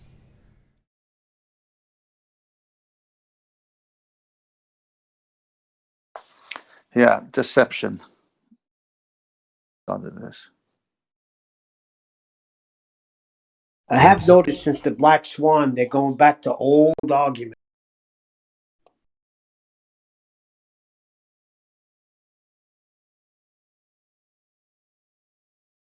I think the hill that people are dying on is whether or not there is a deflection, whatever it is, Coriolis or not, due to something spinning. I think what the ballers are saying is this has to come from a spinning Earth. Yeah. When the alternative could be it's from spinning space over the unmoving Earth. Yeah, I think that's the main hang-up here. No. They're saying no. it appears to be some sort of No, deflection that stops from being something. Coriolis. No, spinning. I've just said this 3 times to you. That stops being Coriolis then. As soon as you say no, it could be something else that's nothing to do with a rotating platform underneath a non-rotating platform. Well, then it's not Coriolis then. So it's not like, well, that's the explanation for this occurrence we don't see. Maybe there's an alternative explanation for an apparent phenomena we don't actually observe. I don't see planes seeming to curve. But you still don't because get it. if the air above the Earth was free enough to be inertial, non-inertial, or whatever, while the Earth is in a different reference frame, like you say, flight times would be different because the Earth would spin beneath it, and you'd spin faster, against, or you get to your destination faster going against the spin, waiting for the Earth to spin beneath you to spin your destination to you, than you'd go if you were going with the spin in the other direction. Correct. That would be, the case, yes. Yeah. But detailing the flight times, as we do, is only as a result of the cause of Coriolis. So to have a Coriolis effect, the cause of that effect is you rotating underneath aeroplanes. Well, if you're rotating underneath aeroplanes, the cause of Coriolis effect, to have a Coriolis effect, you've got to be rotating underneath. Well, then flight times are reduced, because Earth's rotating underneath planes. As it's nearly the end of the show, just for anybody who wasn't aware, flight times are not reduced because Earth's turning underneath, which would be necessitated to have this Coriolis effect they claim.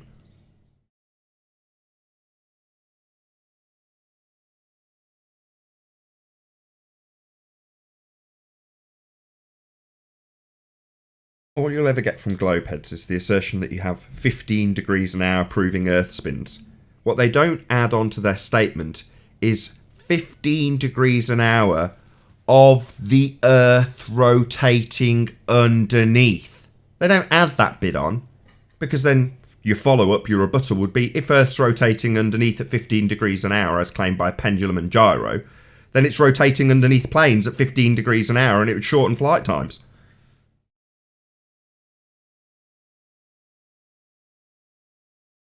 Pretty simple. Yep, very simple. It's going to get a whole lot simpler now. We're not going to be arguing about what's happening to bullets and planes and drones in the inertial reference frame anymore, because that's not Coriolis. So we're no longer going to have to worry about arguing about whether or not we've got a retention of angular velocity. Who cares? That's not Coriolis. I can detail it with a lamppost that's not even moving, so I don't need to worry about what the projectile's doing. Now they're saying in unison that the inertial reference frame, the atmosphere, is spinning with the Earth. Almost in unison now. I love it. That's not Coriolis then. Great fun. That's not Coriolis effect then. That's one reference frame and you need 2 to have a Coriolis effect. You need one rotating under the other. So if they're spinning in unison, you don't have 2 reference frames. Therefore, you won't ever achieve Coriolis. No proof of Earth spinning. Yep, it's delusional on many levels. No Coriolis effect. And please explain how gas molecules who have no intermolecular bonds are spinning together and then attached to the Earth. And then explain east, north, and south surface winds. bozos. Carnival tent bozos, man. That's what we got. And with that, I think I'll say a huge, massive, enormous thank you to both Discord and G Plus panels for making today's live show possible. If you are watching this on the Nathan Oakley premiering stream, however, stay tuned, as there will be an after show to follow. A massive, huge, enormous thank you to all of you who smashed the super chat, liked, commented, shared, subscribed, and all that good stuff. Be sure to check out nathanoakley.com and the Flat Earth Debate Forum to keep up to date with the community debate. Once again, stay tuned if you're watching on the premiering stream. I've been Nathan Oakley, and I'll see you all in the next video.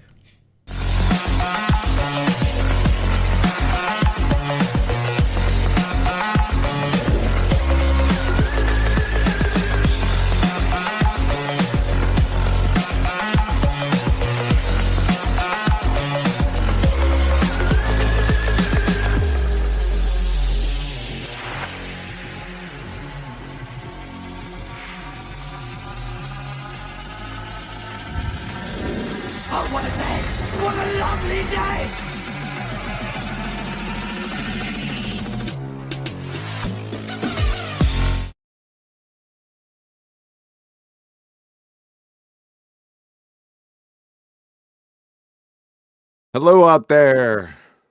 Hello. Hey, before you close out today, man, I got a couple quick admin questions. Go ahead. We're in the after show now anyway. I don't want to do it in a show. It ruins the show, so it's just admin. Okay, don't bother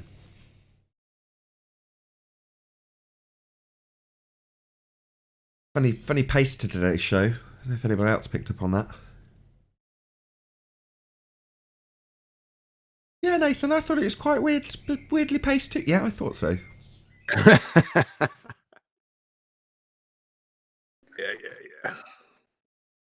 I was paying In too what much way? attention to the chat. Sorry, in what way? In what way, Neil? I was just No. paying too much attention to the chat. That's it. I sent my last message. I ignore that now because nobody wants to come on. They want to talk shit, but nobody wants to come on. Now, I was asking you about the pace. In what way? Slow? It would fits and starts.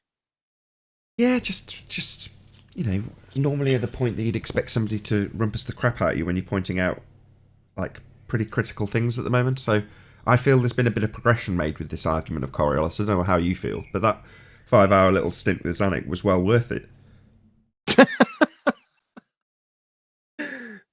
Oh boy! Just there's another shortcut. Go on. No. It's like you said. It's a very difficult argument. It's very easy to obfuscate. It's very easy to confuse, deflect. So you mastered it.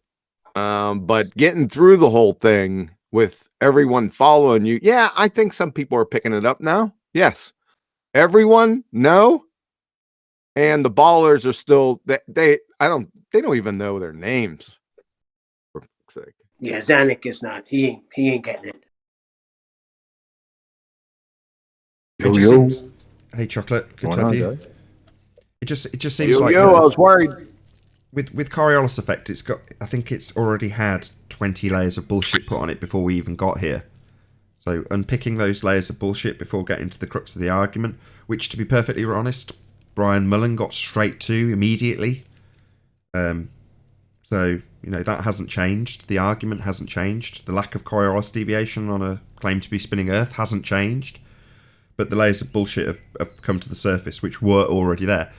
The layers of bullshit for gas pressure without a container, if you ignore the sort of late 90s moving of the tall gradient values, with that being the only exception, that they haven't really been able to react. There may be something in the future, but Coriolis effect, it was like there was already a pre-programmed response already there in the midst of this debate before we even got here. Or at least that's how it seems to me. Brian had the majority of it right, but he got a couple minor things wrong. I wouldn't call him minor, but I don't want to drag him around. He did an outstanding job overall. Yeah, he broke down the shortened flight times you'd have if you've got Earth rotating underneath. It was fairly basic stuff that he went through. I'm not going to say I can remember any errors, but at the time I didn't have a really good grasp of Coriolis, so I can't remember the actual errors. I wrote them out during that time, but I forgot.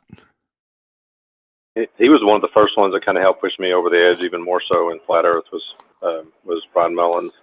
Something I've always thought about when I think about flights is an aircraft carrier.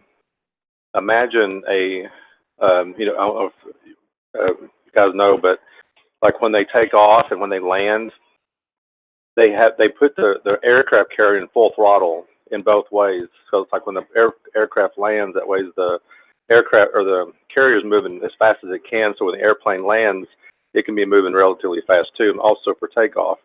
Now imagine if they were trying to land and the aircraft carrier was going he had to come in at an angle as it's moving.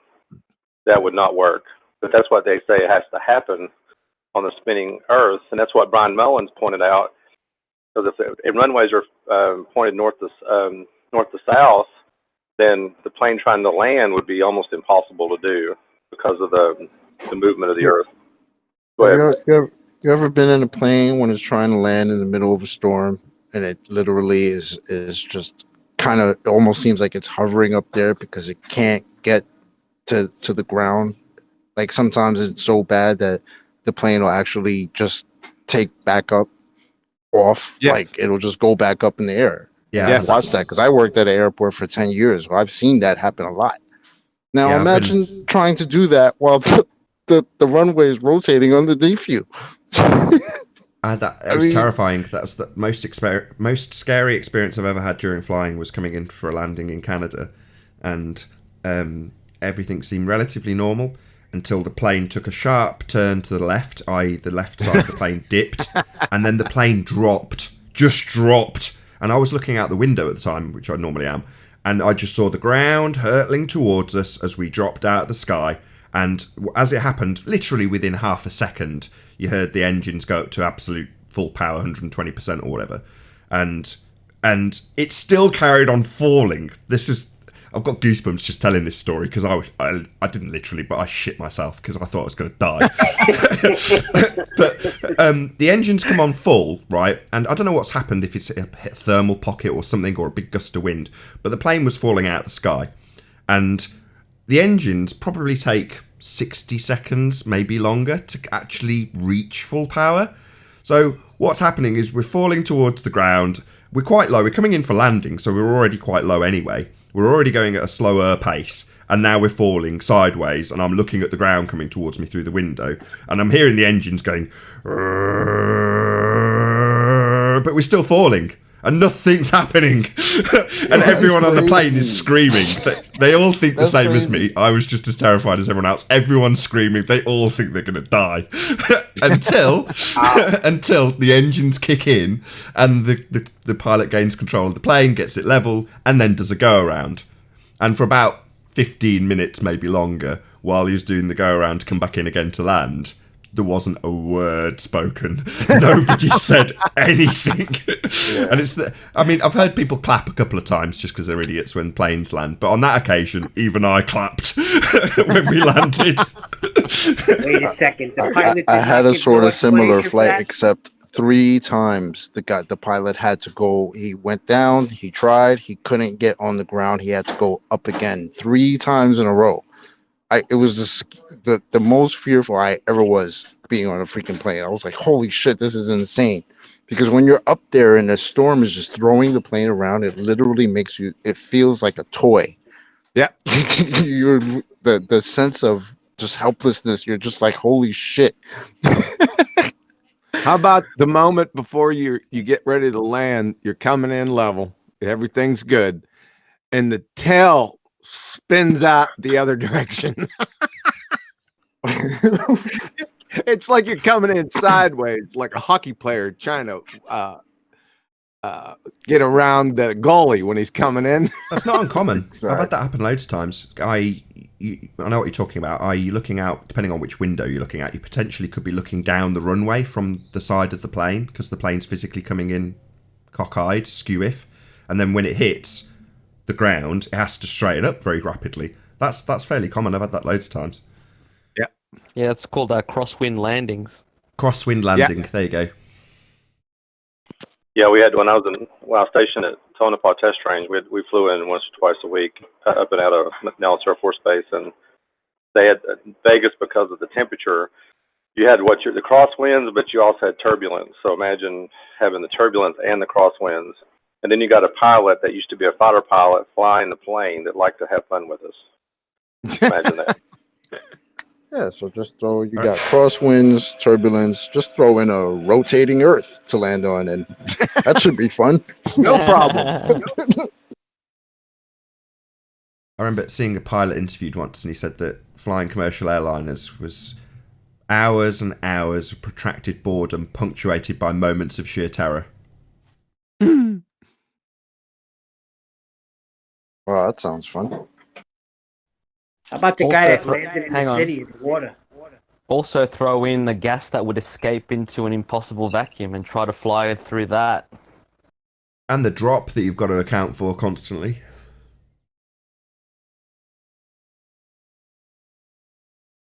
Yeah, there's a lot of things pilots should be really worried about, but don't ever have any concern for. It's amazing. You'd think this whole spinning ball Earth would cause a real problem for them. Amazingly, they just get on with it, and it's just the crosswinds that cause them problems. Bit of turbulence occasionally. And if you read the documents, they say when coming to aerodynamic frames, you have to treat the Earth as level and flat and non-moving when you're dealing with planes. They actually tell you that. Man, don't you have that document somewhere? But that don't make Say any that again, sense. Paul. I got it somewhere. What do you mean, the NASA one? Because there's a bunch. Which one do you mean?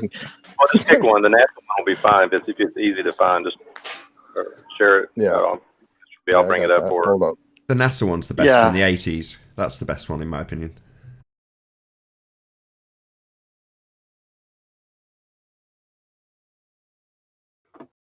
It surprises me that NASA have got so many useful references. You know, got a box with gas particles, or a depiction of a box with gas particles on.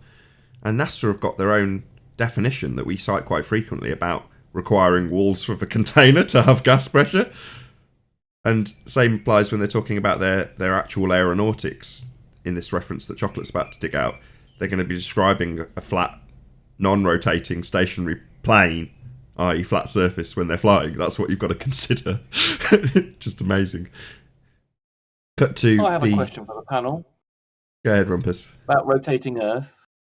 Earth does doesn't the panel rotate. think? Hold on. What does the Hold panel on. think of a There's already a rotating problem. Earth? There's already a problem. You've already begged the question. You've got a question about a rotating Earth. Earth doesn't rotate. Yeah. If it did, flight Yeah, times but would be reduced.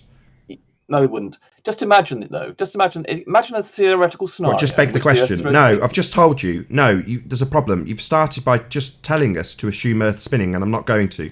Zanuck didn't get away with it, and neither will you. No, you're not going to get to beg the question here.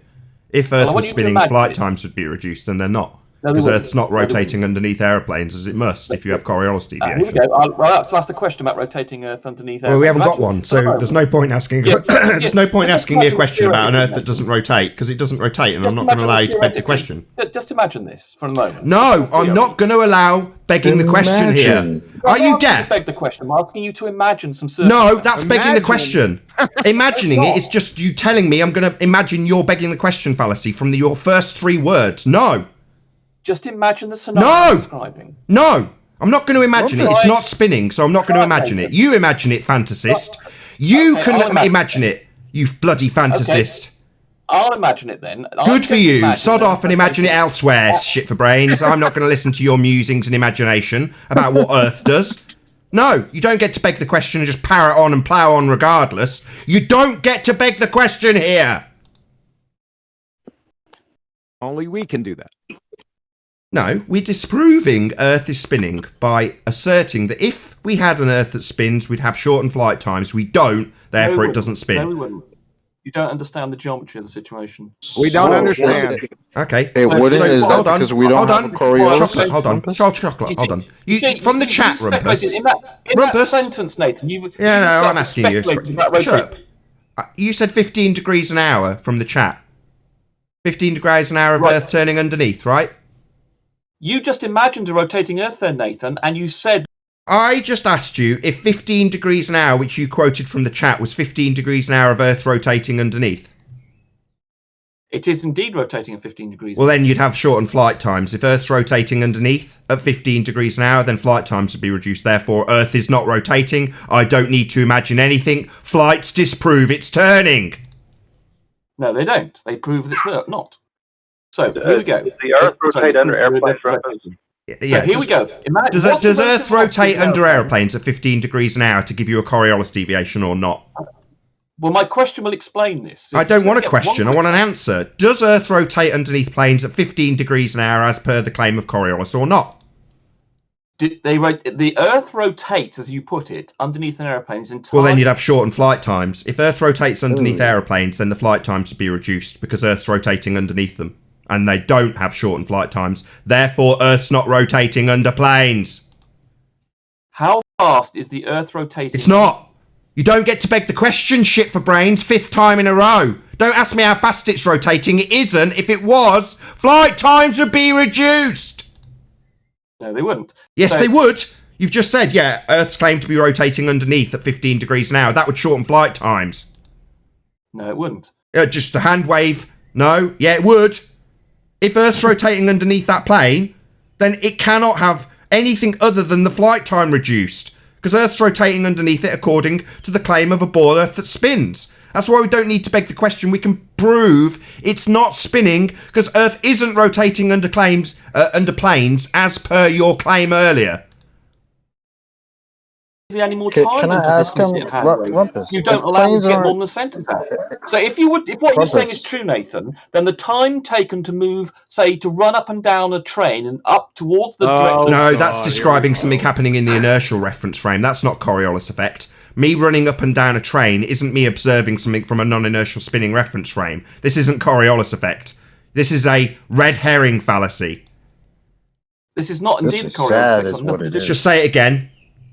Me running up and down a train is not me observing something from a non-inertial spinning reference frame. This is not Coriolis effect. You're detailing stuff that's happening to projectiles in inertial frames of reference. This isn't Coriolis. You don't understand what Coriolis is if you're going to detail what a man does when he's running up and down a train, because Coriolis is an observation from a non-inertial spinning reference frame, you moron. Nothing you've described's got anything to do with Coriolis force. Flight time. Define it. Define the Coriolis. Define it. You don't understand what Define Coriolis it. is. Define it then. Define Coriolis. Right. Coriolis is the force that is Wrong. Immediately wrong. Coriolis is not a force, it's a pseudo-force. Rumpus is a thick shit. Doesn't understand that it's not a force. You think that we've got actual deviation because it's being forced, you moron? No, idiot. Coriolis is not a force. It's an apparent deviation, not an actual deviation, you complete retard. Let me finish and then you can attack me. What, let you finish telling me it's a force? No, I'll stop you in your tracks, you retard, and tell you, because I'm in authority here. I'm telling you, it's not a force, retard. It is a force. That's wrong. It's a pseudo-force, not actual deflection, not actual force, pseudo-force. Coriolis is not a force. You are a retard, Rumpus. With respect to the rotating... Rumpus, what does pseudo mean again? Sorry, with respect to the rotating reference frame, how is a man running up and down a train watching with respect from the reference frame that's spinning? It isn't. You're an idiot. That's right, because that's nothing to do... That's right. So when I stopped you and said this isn't Coriolis when detailing a man running up and down a train, I was correct. Yeah, that's why I stopped you, because it's a red herring fallacy. Yeah, but this has nothing to do with Coriolis. Flight Yeah, time. that's right, dickhead. What you're detailing is nothing to do with Coriolis. So shut up. Then why'd you bring it up? Yeah, why'd you bring it up then, you fucking moron? Why are you talking about something that isn't Coriolis and then openly declaring that it's not Coriolis? Yeah, we know. We're telling you. Flight times have got Don't nothing. shout at me, shit for brains. Don't tell me what flight times do. You're a retard who doesn't understand Coriolis. It's not a force, moron. And what a guy does while running up and down a train, as you've just admitted, is not Coriolis. So why are you even here to argue about nonsense that isn't Coriolis? You are confused between... I'm not confused, you ad homing little shit. You've just told us that a man rubbing up and down a train isn't Coriolis. So what? You're going to tell me I don't understand when you're not detailing it? Flight times have got nothing to do with... Don't tell me what flight times is while you eat your microphone. If the Earth was spinning underneath planes, flight times would be reduced. They're not. So Earth's not spinning underneath. To have Coriolis effect, Earth must spin underneath and you must observe things from that spinning reference frame. It's only ever an observation from a spinning reference frame. It's not what the guy does running up and down the train, retard.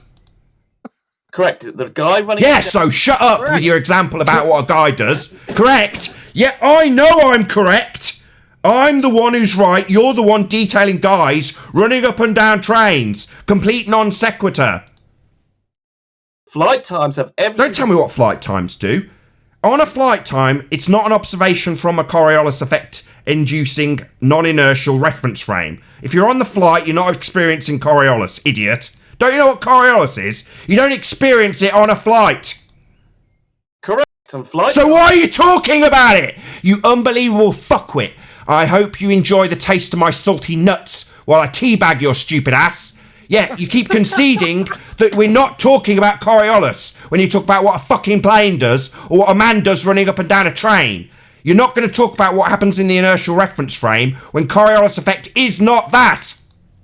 You keep using flight times as proof of the lack of Coriolis. No, a proof of a lack of Earth spinning, moron. To have Coriolis effect, you need Earth rotating under planes. And if Earth's rotating under planes, it shortens flight times. The shortening of flight times isn't Coriolis, but to have Coriolis, you'd need Earth rotating under planes. It's not that complicated, retard. Correct. Coriolis... Yeah, I know I'm correct. I understand that this entire conversation, you've done nothing but obfuscate with details of things that aren't Coriolis, and then confirmed when I pointed that out that I'm correct. Yes, I know I'm correct, Rumpus. Flight times have... Don't tell me what flight times do. That's not an observation from a non-inertial reference frame. How many times, retard? You keep on using flight times... Yeah, to debunk the Earth, which, if it had a Coriolis effect, would have Earth turning under planes. So I'm detailing how we debunk the claim we have Coriolis effect. Because if we had it, Earth would be rotating under planes, and it does not. You, on the other hand, are detailing what the plane does, whilst detailing how we have Coriolis. There are two things, and of course you get them confused. It's quite simple. Rumpus, Here we don't go. you have So an two different reference frames in your narrative? Let me finish. Rumpus. Don't interrupt me. I've only... You do what the fuck he likes, Rumpus. You're a prick. You're a shill for the globe. You're an asshole, Rumpuser. All you do is talk, people. Whenever I have a conversation with you, I've got to permanently pepper the mute button just so I can be fucking heard. All you've done is talk shit here. You haven't talked about anything related to Coriolis effect. You haven't confirmed that 15 degrees an hour is Earth rotating underneath. Give me a chance. If I will, I'll cover all of those things if you give me a chance. So Earth's rotating underneath aeroplanes then? So Earth is rotating underneath aeroplanes then, Rumpus? Right, now this is the original... Right? No, wrong, moron. That would shorten flight times. No, it wouldn't. Oh, wouldn't it? Earth rotating underneath an aeroplane wouldn't shorten a flight time. You're a retard. Yes, it would. You don't understand relative velocity? Just an ad hom. I don't understand. Yeah, I understand that if I'm rotating underneath something, that would shorten its flight time. The projectile has got Earth rotating underneath it. You're an idiot. You don't understand. You don't understand Coriolis, retard. Relative velocity has got nothing to do with Coriolis. Relative losses? Sorry, apparent deviation, mate. Don't you understand what Coriolis effect is? Apparent deviation, moron. Yeah, and that's a force causes a deviation. Not a force, moron. No force is causing anything to curve. Nothing's curving if you have Coriolis effect. I don't witness planes seeming to curve as Earth rotates underneath them. And if it did, that would shorten flight times. Hey, Rumpus, I got a question for you. Does apparent also means real? Right, so the reason... No, wrong. Not right, idiot. Wrong. Apparent doesn't mean real. It means not actual. Observed but not really happening. That was Arwin's comment, not mine. So, when you're in an aeroplane and you run up... That's not an observation from a non-inertial reference frame. You're immediately talking about something that isn't Coriolis effect, aren't you, Rumpus? Correct, I am. No! You keep telling me I'm correct when I point out and absolutely pummel you that you're about to start detailing something that isn't Coriolis, aren't you, dickhead? That's because there are two things under discussion. You don't. No, there's Coriolis effect under discussion. You want there to be two things, but there's only one, Coriolis effect. And if you're going to be detailing it, you are going to be detailing it from the non-inertial spinning reference frame. You're not going to detail what a plane does, because that's not Coriolis, moron. As usual, when there are more than one thing to understand, you can't... There's not more than one thing to understand. There's Coriolis effect. You rotating under things. That's it. No, Coriolis is not rotating under things. Yes, it is. It's an inertial reference frame over the top of a non-inertial spinning reference frame. You spinning underneath giving you a not actual deflection. That would mean not deviating in reality, seeming to deviate because you rotate underneath. That is Coriolis effect. Clearly you don't understand what Coriolis effect is, moron. I would like to explain why a spinning Earth does not cause flight. What, you're going to assume a spinning Earth and tell us why it doesn't cause Coriolis? So we're going to assume Earth, even though I've told you you're not going to get to beg the question here. You're now going to demand that you're going to get to beg the question. No, fuckwit. You don't get to beg the question here and just say, let's assume Earth's spinning, and I'll justify why we don't have a deflection. Nah, mate, you're supposed to have one if Earth's spinning. You don't, because it would reduce flight times. When you say that flight time should be changed, you are assuming a rotating Earth. So I'm saying we haven't got a rotating Earth because we'd have shortened flight times. I'm saying we are proving Earth isn't spinning because the flight times are not reduced. I'm not assuming a spinning Earth, you moron. Exactly, you're imagining a spinning Earth. No, I'm not. I'm saying if it was spinning, we'd have deflection. And if we had deflection, Earth would be rotating underneath. We don't have Earth rotating underneath. Therefore, we don't have deflection. We don't have a spinning Earth. I'm not imagining it. I'm debunking it. Yes. Yes. I think Rumpus is spinning. Yeah, you eat your mic for me, bitch. While I shit on your religion. Eat your mic, bitch. That's you, Rumpus. You're my bitch, telling me how right I am. I know I'm right. I know you're constantly detailing what happens in the inertial reference frame, and that's not Coriolis. You're a twat and a moron, that's what you are. You enjoy my salty nuts, you fucktard idiot that doesn't understand Coriolis. Yeah? You want to ad hom me when I'm pummeling you and you're telling me I'm right. Yeah, that's not going to go over very well when you've told me I'm right. You don't have relative velocity, and that's your problem. A loss? A loss? What? You've just confirmed whenever I point out that you're trying to detail stuff that's not an observation from a spinning reference frame, like what a plane does. You say, that's correct, Nathan.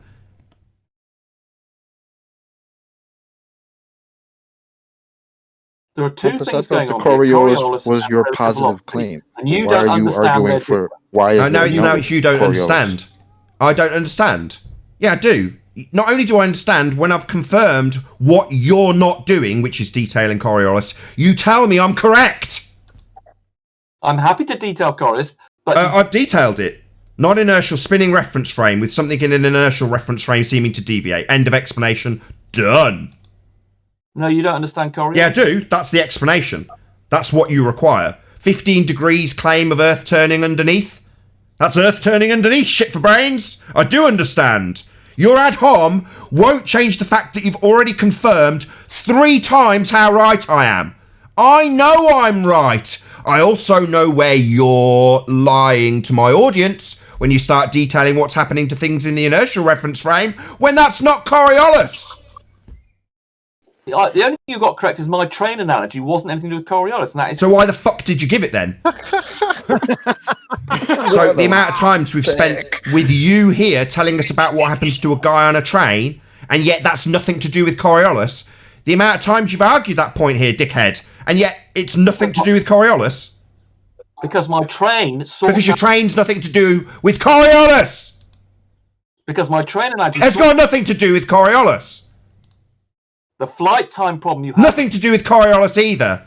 Observation from a spinning platform. So what the plane does and how it does it isn't Coriolis! On a rotating reference frame, flight times would not be affected. Oh, really? So you think that you take off from a spinning roundabout and then you land on a different part of the roundabout, it hasn't affected your journey on the roundabout.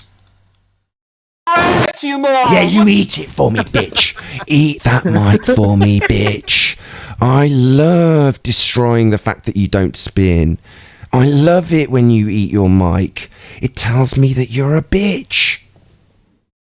It seems like the real thing that's spinning here is rotating rumpus. object. It doesn't make any difference to flight times. Yeah, it does. So if I'm flying from point A to point B on a roundabout with a drone, and I fly on the roundabout when it's not spinning, and I travel 2 meters to the next point on the roundabout, the next section on the roundabout, that will take 3 seconds. If I spin the roundabout, it might take 1.5 seconds because the roundabout spun underneath the drone, shortening the drone's flight time. If we have Coriolis effect, that would be an observed, not actual deflection because we're spinning underneath something, like a plane, then we're spinning underneath it. And if we're spinning underneath it, the continent that plane's travelling to is coming towards it, debunking Earth turn. Because if we've got Coriolis, Earth is turning under planes, your ipsy-dixit hand wave's not going to cut it, retard. You don't understand relative... That's just an ad hom. I do understand. I've detailed it about 6 times to you here, while you tell me about how your examples aren't Coriolis! The plane leaves the ground. Don't tell me what the plane does. The observation from a non-inertial spinning reference frame has got nothing to do with what the plane does. Don't you understand? I've said it about 10 times. Are you retarded? Coriolis, Rumpus, is an observational-based effect. What the plane does isn't an observation of the plane. Idiot. You said the plane would have a problem. Yeah, it would if Earth was rotating underneath. That's what debunks Earth turn. But on a rotating, it wouldn't make any difference. On a rotating platform, if you take off in a drone, I've just explained this, no acknowledgement from Rumpus. If I take off on a roundabout that's not spinning, and I travel from one side of the roundabout to the other side of the roundabout in 5 seconds. So I launch, I move the stick forward, I travel to the next section on the roundabout and then land. That could take a second. Now, if I spin the roundabout, it might take half a second because the roundabout has added to the speed because it has rotated underneath the drone, shortening the flight of the drone through the inertial reference frame because the non-inertial reference frame has turned underneath. So it would reduce flight times. It's just an ipsy-dixit fallacy. The plane leaving the roundabout would have the velocity of the edge of the roundabout. No, it wouldn't. That's angular retention of velocity. That's not Coriolis effect. It doesn't retain velocity. It leaves it if you're having Coriolis effect. Separate reference frames. Not one reference frame with all the same angular velocity. That wouldn't give you Coriolis effect either. You need 2 reference frames, you retard. Jump out. Train, you'd have the velocity of the train. Even if it was just a helicopter just hovering, Rumpus, you would still have Coriolis effect if the Earth is spinning underneath it. So it doesn't matter about your stupid velocity. He said angular velocity, so the plane leaving, because angular velocity is measured revolutions. So the plane leaves the reference frames, it's still rotating. When you have a helicopter that's hovering, the helicopter is travelling at 1,000 miles an hour at the equator. No, it isn't. That's begging the question. Don't beg the question here. Don't just tell me that the bloody helicopter's moving at 1,000 miles an hour with a spinning Earth on the equator. Don't beg the question, retard. It's a fact. No, it's not a fact. It's a begging the question fallacy. If Earth was rotating and we had Coriolis effect, that would be me rotating underneath the aeroplane. Then Earth is rotating under planes and shortening flight times. That's what Coriolis effect is. Simple. What's his evidence for Earth rotation? He says it's a fact. What's his evidence? If a plane is travelling at 500 miles I don't care what the plane's doing. That's not Coriolis effect. I keep telling you. Stop detailing what the plane is doing. If you've got a claim that proves Earth spins, it's going to be in the form of Coriolis deviation. That's an observation from a non-inertial spinning reference frame. Not what the plane's doing. A plane that's travelling at... Stop telling me what the plane's doing. Am I going to tell you 25 times that this magic trick ceased to work now, thanks to Zanuck? You can pat Zanuck on the back. Because Zanuck was the one that led me to realise that no, we're never going to be detailing what the projectile does if we're detailing not actual deflection from a non-inertial spinning reference frame. Because you could detail it with a lamppost concreted into the ground. The force that you claim is being applied to this plane is non-existent because there isn't one. It's not a force. So we don't need to worry about the projectile, only about the observation from the spinning reference frame. You idiot. You don't understand Coriolis. You keep detailing what planes do. Under the aeroplane, you keep detailing what planes do. And now you're telling me that because I'm detailing what would debunk the claim of Coriolis, that suddenly I can't talk about planes. I can talk about planes because it debunks Earth turn. You can't because that's not Coriolis effect. The causes of Coriolis effect would shorten flight times. And you're detailing something that isn't anything to do with Coriolis when you detail a plane in the inertial reference frame. That's not an observation from the spinning reference frame. That's not Coriolis, as you've conceded, like your man on a train. So I'm not going to talk about it because it's not Coriolis. You're getting smashed. It's got nothing to do with Coriolis either, you twat. Yeah, it's something to do with the causes, though, isn't it? If you had a Coriolis effect, as is claimed on a ball Earth that spins, Earth's rotating under planes, shortening flight times, and it doesn't happen. That's not me begging the question. That's me debunking a claim of Earth spinning and having Coriolis effect because Earth's rotating under planes. It isn't. It would reduce the flight times. You keep on saying that the Earth is rotating. Can I ask No, I you one don't. question? Earth is not. I don't keep saying Earth's rotating under planes. Earth is definitely not rotating under planes because it would shorten flight times. That's not begging the question. It's pointing out unequivocally how Earth is not rotating under planes. Rumpus needs a little ham-handed segue into begging the question by claiming I'm claiming planes have the Earth rotating underneath. No, definitely not. That would reduce flight times. No, it wouldn't. If you imagine... Yeah, it would. I've just explained it with a drone. Helicopter, it takes off the roundabout, moves across the roundabout without it spinning. It takes a fixed duration of, say, 3 seconds. You spin the roundabout underneath. It shortens the distance, shortens the time, reduces the flight time from one section to the other. Exactly the same thing that would happen on a spinning ball Earth. If I take off in a helicopter and just hover, I don't move at any relative miles per hour to my inertial reference frame. I'm static. I'm not moving. But the Earth rotates underneath, that will give you a flight time when you didn't even have one because you didn't have a mile per hour in the inertial reference frame. Merely Earth rotating underneath, bringing a different destination to you. So if Earth's rotating underneath, it shortens flight times. Your hand wave won't cut it. Well, let me explain. A drone attached to a roundabout will go at the velocity of the roundabout. And when it's not attached, it won't. Well, planes aren't attached to spinning roundabouts. When they leave them, they're not attached anymore. Therefore, if Earth was spinning, Earth would be spinning under planes, and it doesn't. When planes leave the tarmac... Stop talking about what planes do. You're talking about a projectile. If you're going to detail Coriolis effect to prove Earth spins, you're damn well going to be talking about what happens from the observation point, not from the point of view of the plane. You just said on a rotating Earth, when it leaves the rotating Earth, it would lose that velocity. It doesn't. It keeps the velocity of the rotating Earth. What's that got to do with Coriolis effect? Because it's got nothing... Indeed, because there are two... So there's nothing to do with... Indeed, nothing to do with Coriolis effect. I heard it, Rumpus. Yeah, flight times have got... Yeah, eat it. Eat that mic, you bitch. Eat it. Every time I teabag you, you eat your mic. It's a tell. Flight times have nothing to do with the Coriolis effect. That's correct. Flight times have got nothing to do with the Coriolis effect. However, if you were to observe Coriolis effect in an aeroplane, that would imply Earth was rotating underneath and it would shorten the flight times. No, it wouldn't. Yeah, it would. Eat it. Eat that mic, bitch. Yeah, it would. Yeah, it would. Because Earth is rotating underneath something. Simple.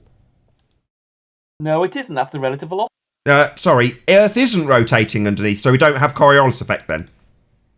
We do have Coriolis effect. Well, then Earth would be rotating underneath. That's what you need for Coriolis effect. You're double speaking. You seem to be saying Earth isn't and Earth is rotating underneath. There are two issues. One is the No, there's only one. The fact that Earth isn't rotating underneath, shortening flight times. That's the only issue. You yet to address it. Other than saying, no, it wouldn't. Well, you won't let me answer. You don't get me all... You did answer. You said no, it wouldn't. I point out how it would reduce flight times, and your answer to that isn't an explanation of how it wouldn't, because it would. It must, because that's the effect you get if you've got Coriolis. The only reason you see a curve in the plane is because Earth's rotating underneath it, according to the Ball Earth claim. And if Earth's rotating underneath it for you to see an apparent deflection, that would be Coriolis effect, something that you're not going to be detailing if you describe what the plane's doing.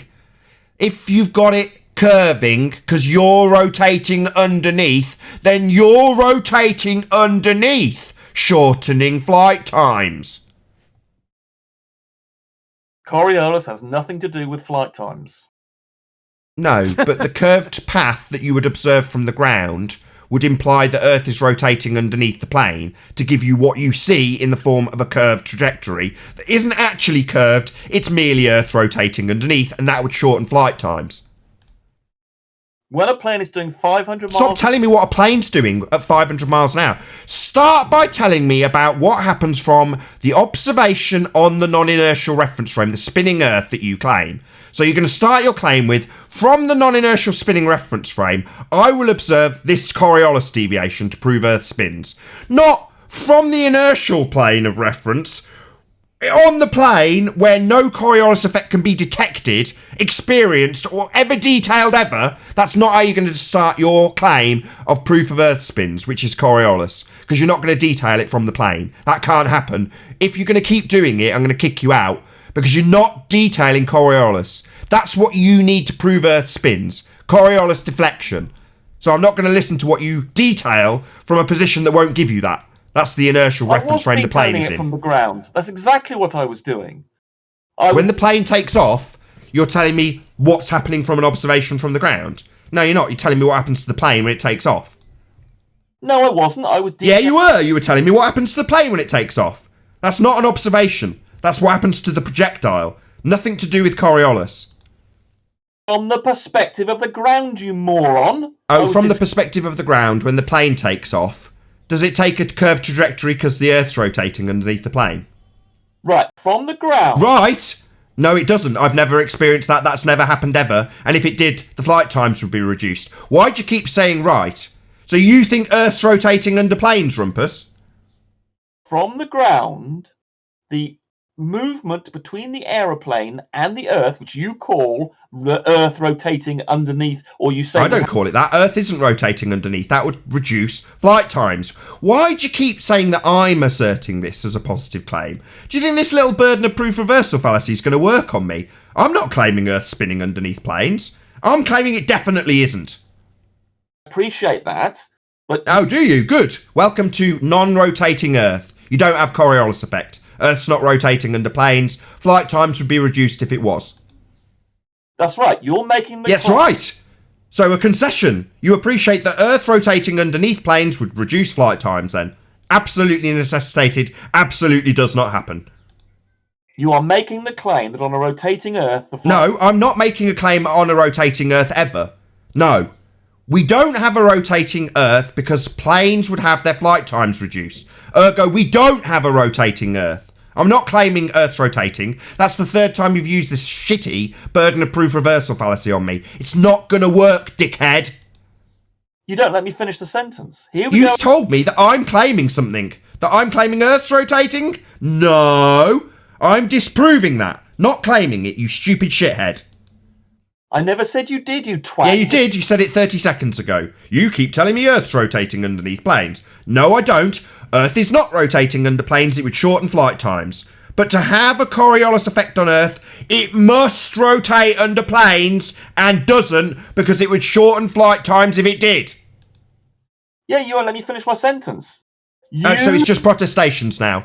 Every time I teabag him, he just moans he's not getting the end of his sentence. No, you give us an affirmation. You say things like, yeah, when you should say, no. You're saying... No, I'm not.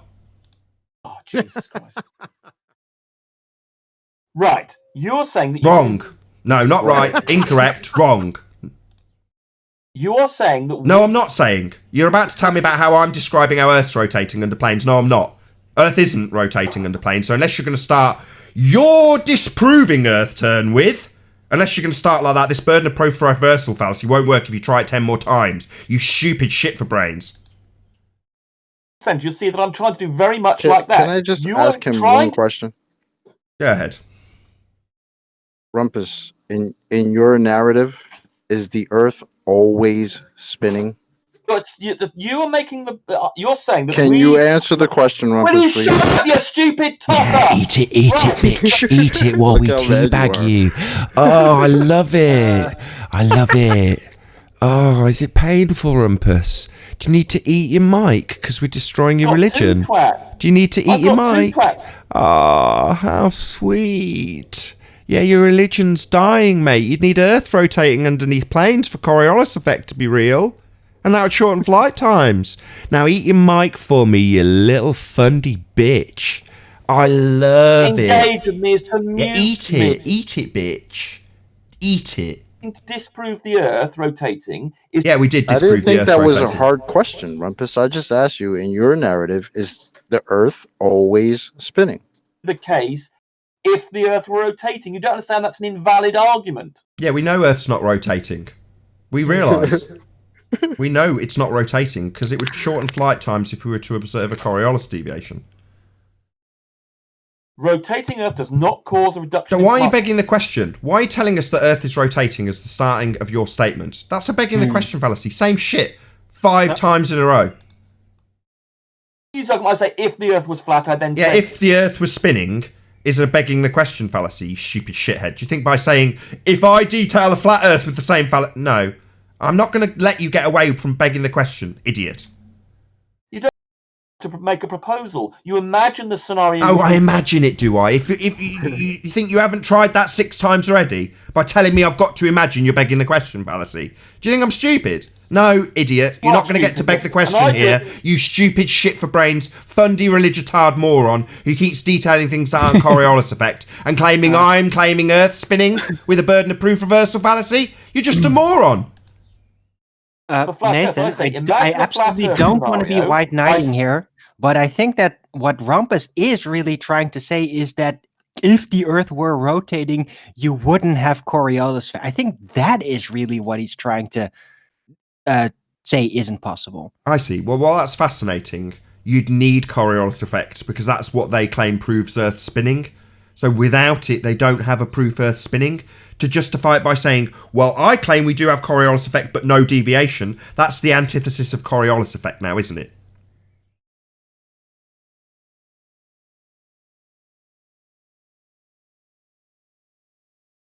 Yes, Nathan, that's right.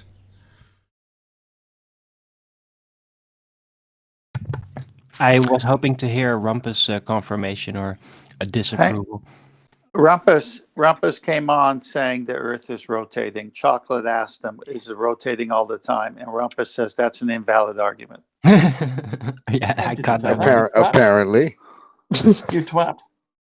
Who said that twat? I'm a twat. You're Right, the so twat. the way you deal with ideas is you propose an idea and if you can invalidate the idea. Is the Earth always spinning, Rumpus? Of course it is. Of course it is. Oh, what's the effect of that, Rumpus?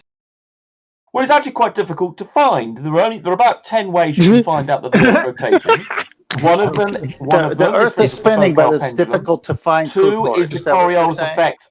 Hold on, I'm trying to. So is the Coriolis effect one of those proofs or not? Is Coriolis effect going to give you a proof Earth spinning? Ask the question I'd like to answer. So there are other ways, for instance, the Doppler effect on the microwave background radiation, the Doppler effect on stars. Cosmic microwave background. And hold on, the Coriolis effect on shells, and also the Coriolis effect we see on the ring you're system. full of it. Cosmic microwave background radiation, right? The Doppler effect. What is light? light? Measure the weight at different latitudes, they will show What is different light? weights. Also, things do not drop vertically at different latitudes. If you should drop be institutionalized. Does the second law of thermodynamics apply to the Earth? It will be deviated by the rotation of the Earth. So I've given the about second 10 law of thermodynamics apply to the Earth. It's just rhetoric, just chanting, non-stop, filibustering, spewing, scattergunning, everything under the sun.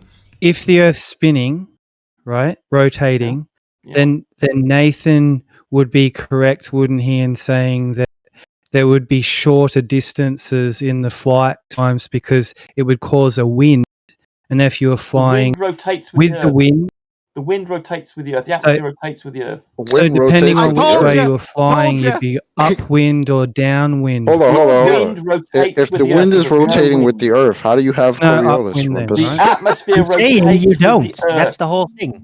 Hold up, Rumpus. So you- Did you just every say the plane- wind is rotating with the Earth? He can't let you ask him a question. He just wants to say the atmosphere is rotating with the Earth 50,000 times over the top of you so that he doesn't have to listen to anything, and hoping that only his rhetoric will reach the audience so that they get a nice, heavy, thick dose of spewing, scattergunning rhetoric with no justification or debate taking part in between. So Rumpus isn't interested in listening to your question. He just wants to spew rhetoric over the top of every word everyone says. Down the aisle in an aeroplane. Either way is just as easy to walk up and down an airplane or in a train. He's talking about walking up and down an aeroplane. In other words, when I detailed how walking up and down an aeroplane wasn't Coriolis effect, and he confirmed that that's not Coriolis effect, he's ignored that and is now detailing it after explaining that Coriolis effect will prove Earth spins, and then detailing something that I've already debunked earlier, and he's conceded and said I'm right about. Now he's filibustering, constantly talking, not listening to anybody says. I think it's time to kick him out because he's literally not listening to a word anybody says anymore. He's just filibustering the Discord server from now on because he's lost.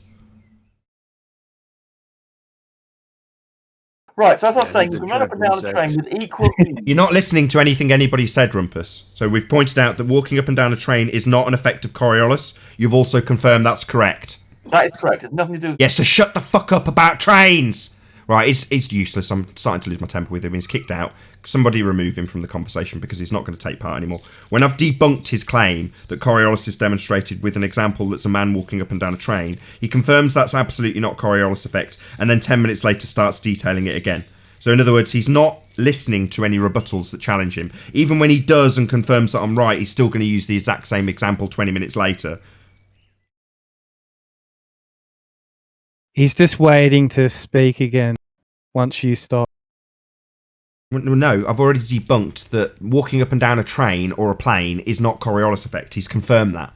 But yeah, he still wants to go through it, even though it's been debunked earlier, and he's confirmed it. I even got a concession out of him. But what? Yeah, it's still appropriate to use that example over and over again.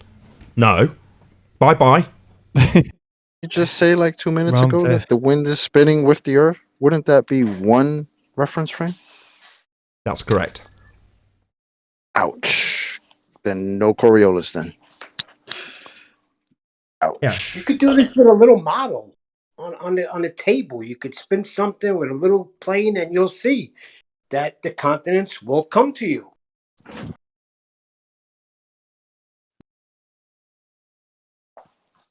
Absolutely. I'm Told done. you, atmosphere spins with the Earth. Get ready. That's going to come on big. But then that's the problem with the way I thought it was gas just behaves, Zanuck that right? used to say that crap.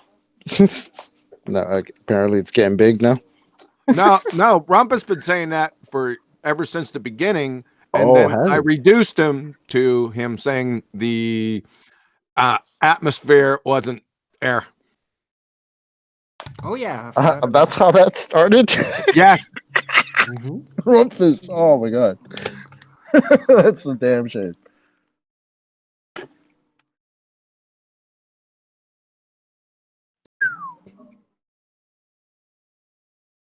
Well, this ain't the first show that he's you're stumbled on this Coriolis argument. I remember one. I actually will find it and I'll send it to you, Nathan. It's classic too. I like that you cut him off. I don't want to hear his. Has he ever changed his mind or a position? Yeah, he has. On any A of lot this of stuff? times, but he Because always he never remember, admitted it though. they used to say that they had a geometric horizon. Apparently, we've never seen the geometric horizon. Oh yeah, remember things going over curves? Yeah. We do have a geometric horizon. No, we don't have a geometric horizon. We do. We also used to have the whole body of science proving that Earth was a sphere. Now we have the whole body of human knowledge. Well, he changed his mind on this show just a few minutes ago by bringing up something and then agreeing with you that it isn't anything to do with Coriolis, but he wanted to bring it up to prove Coriolis. I mean, he changed his mind how many times already? That's why I kicked him out. Impossible. That's why I kicked him out. It's like at the point that I've absolutely annihilated and he's conceded that what he's detailing isn't Coriolis. And he's like, yes, you're correct. This isn't Coriolis. Later on in the discussion, well, let's start detailing what happens when a man walks up and down a plane. They're like, no, we've already covered this with the train example. It's exactly the same. But he wants to use the same example to confuse and dilute and obfuscate. That's all he's doing. And it's like, no, when I've pummeled it once, I'm not going to allow you to do it again. What, should I just pummel the same thing with the same exact demolition of it again? But this time probably won't get a concession from him where, no, you're absolutely right. This isn't anything to do with Coriolis effect. But I'm going to argue it whilst talking about Coriolis to claim I'm proving Earth spins with Coriolis. Yeah, he's basically saying, hey, this thing I'm right now bringing up as an argument has nothing to do with the argument. Yep. Thanks, Rumpus. Yeah. That was what he was doing. And is unstable in all his ways. But very effective, wouldn't you agree? Given that now Xanax handed us on a plate the fact that they can never assert anything to happen from the inertial reference frame again. It's only ever an observation from the non-inertial spinning reference frame. Well, the moment anybody like Rumpus did, start saying, well, the plane, when it takes off, I couldn't give a shit. Not Coriolis. Well, yes, that's right, Nathan. Yeah. It's not Coriolis. Yeah, well, why are you arguing it then? Because you need to obfuscate away from Coriolis because you don't have any on a spinning Earth because it's not spinning? Yeah, that's why you need to start talking about what happens to projectiles and planes and trains and single reference frames because it's not Coriolis and you don't have any. If you did, you'd just point it out. It would just be proving Earth spins, really obviously. But instead, we've got to argue about things that don't prove Coriolis, aren't Coriolis, in an argument about Coriolis. Yeah, it's beautiful. With that, I'm going to say another huge, massive, enormous thank you to today's Discord and G Plus panels for making today's after show possible. And of course, a massive thank you to all of you in the Nathan Oakley Premiering Stream audience for hopefully smashing the super chat, liking, commenting, sharing, subscribing, and all that good stuff. Be sure to check out nathanoakley.com and the Flat Earth Debate Forum to keep up to date with the community debate. Another massive thank you to today's G Plus and Discord panel for making the after show possible. I've been Nathan Oakley, and I'll see you all in the next video.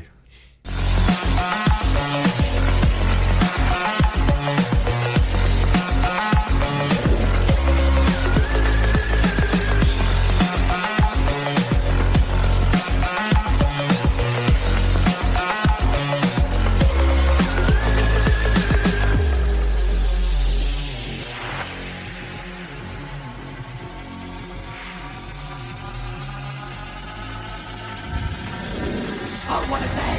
What a lovely day!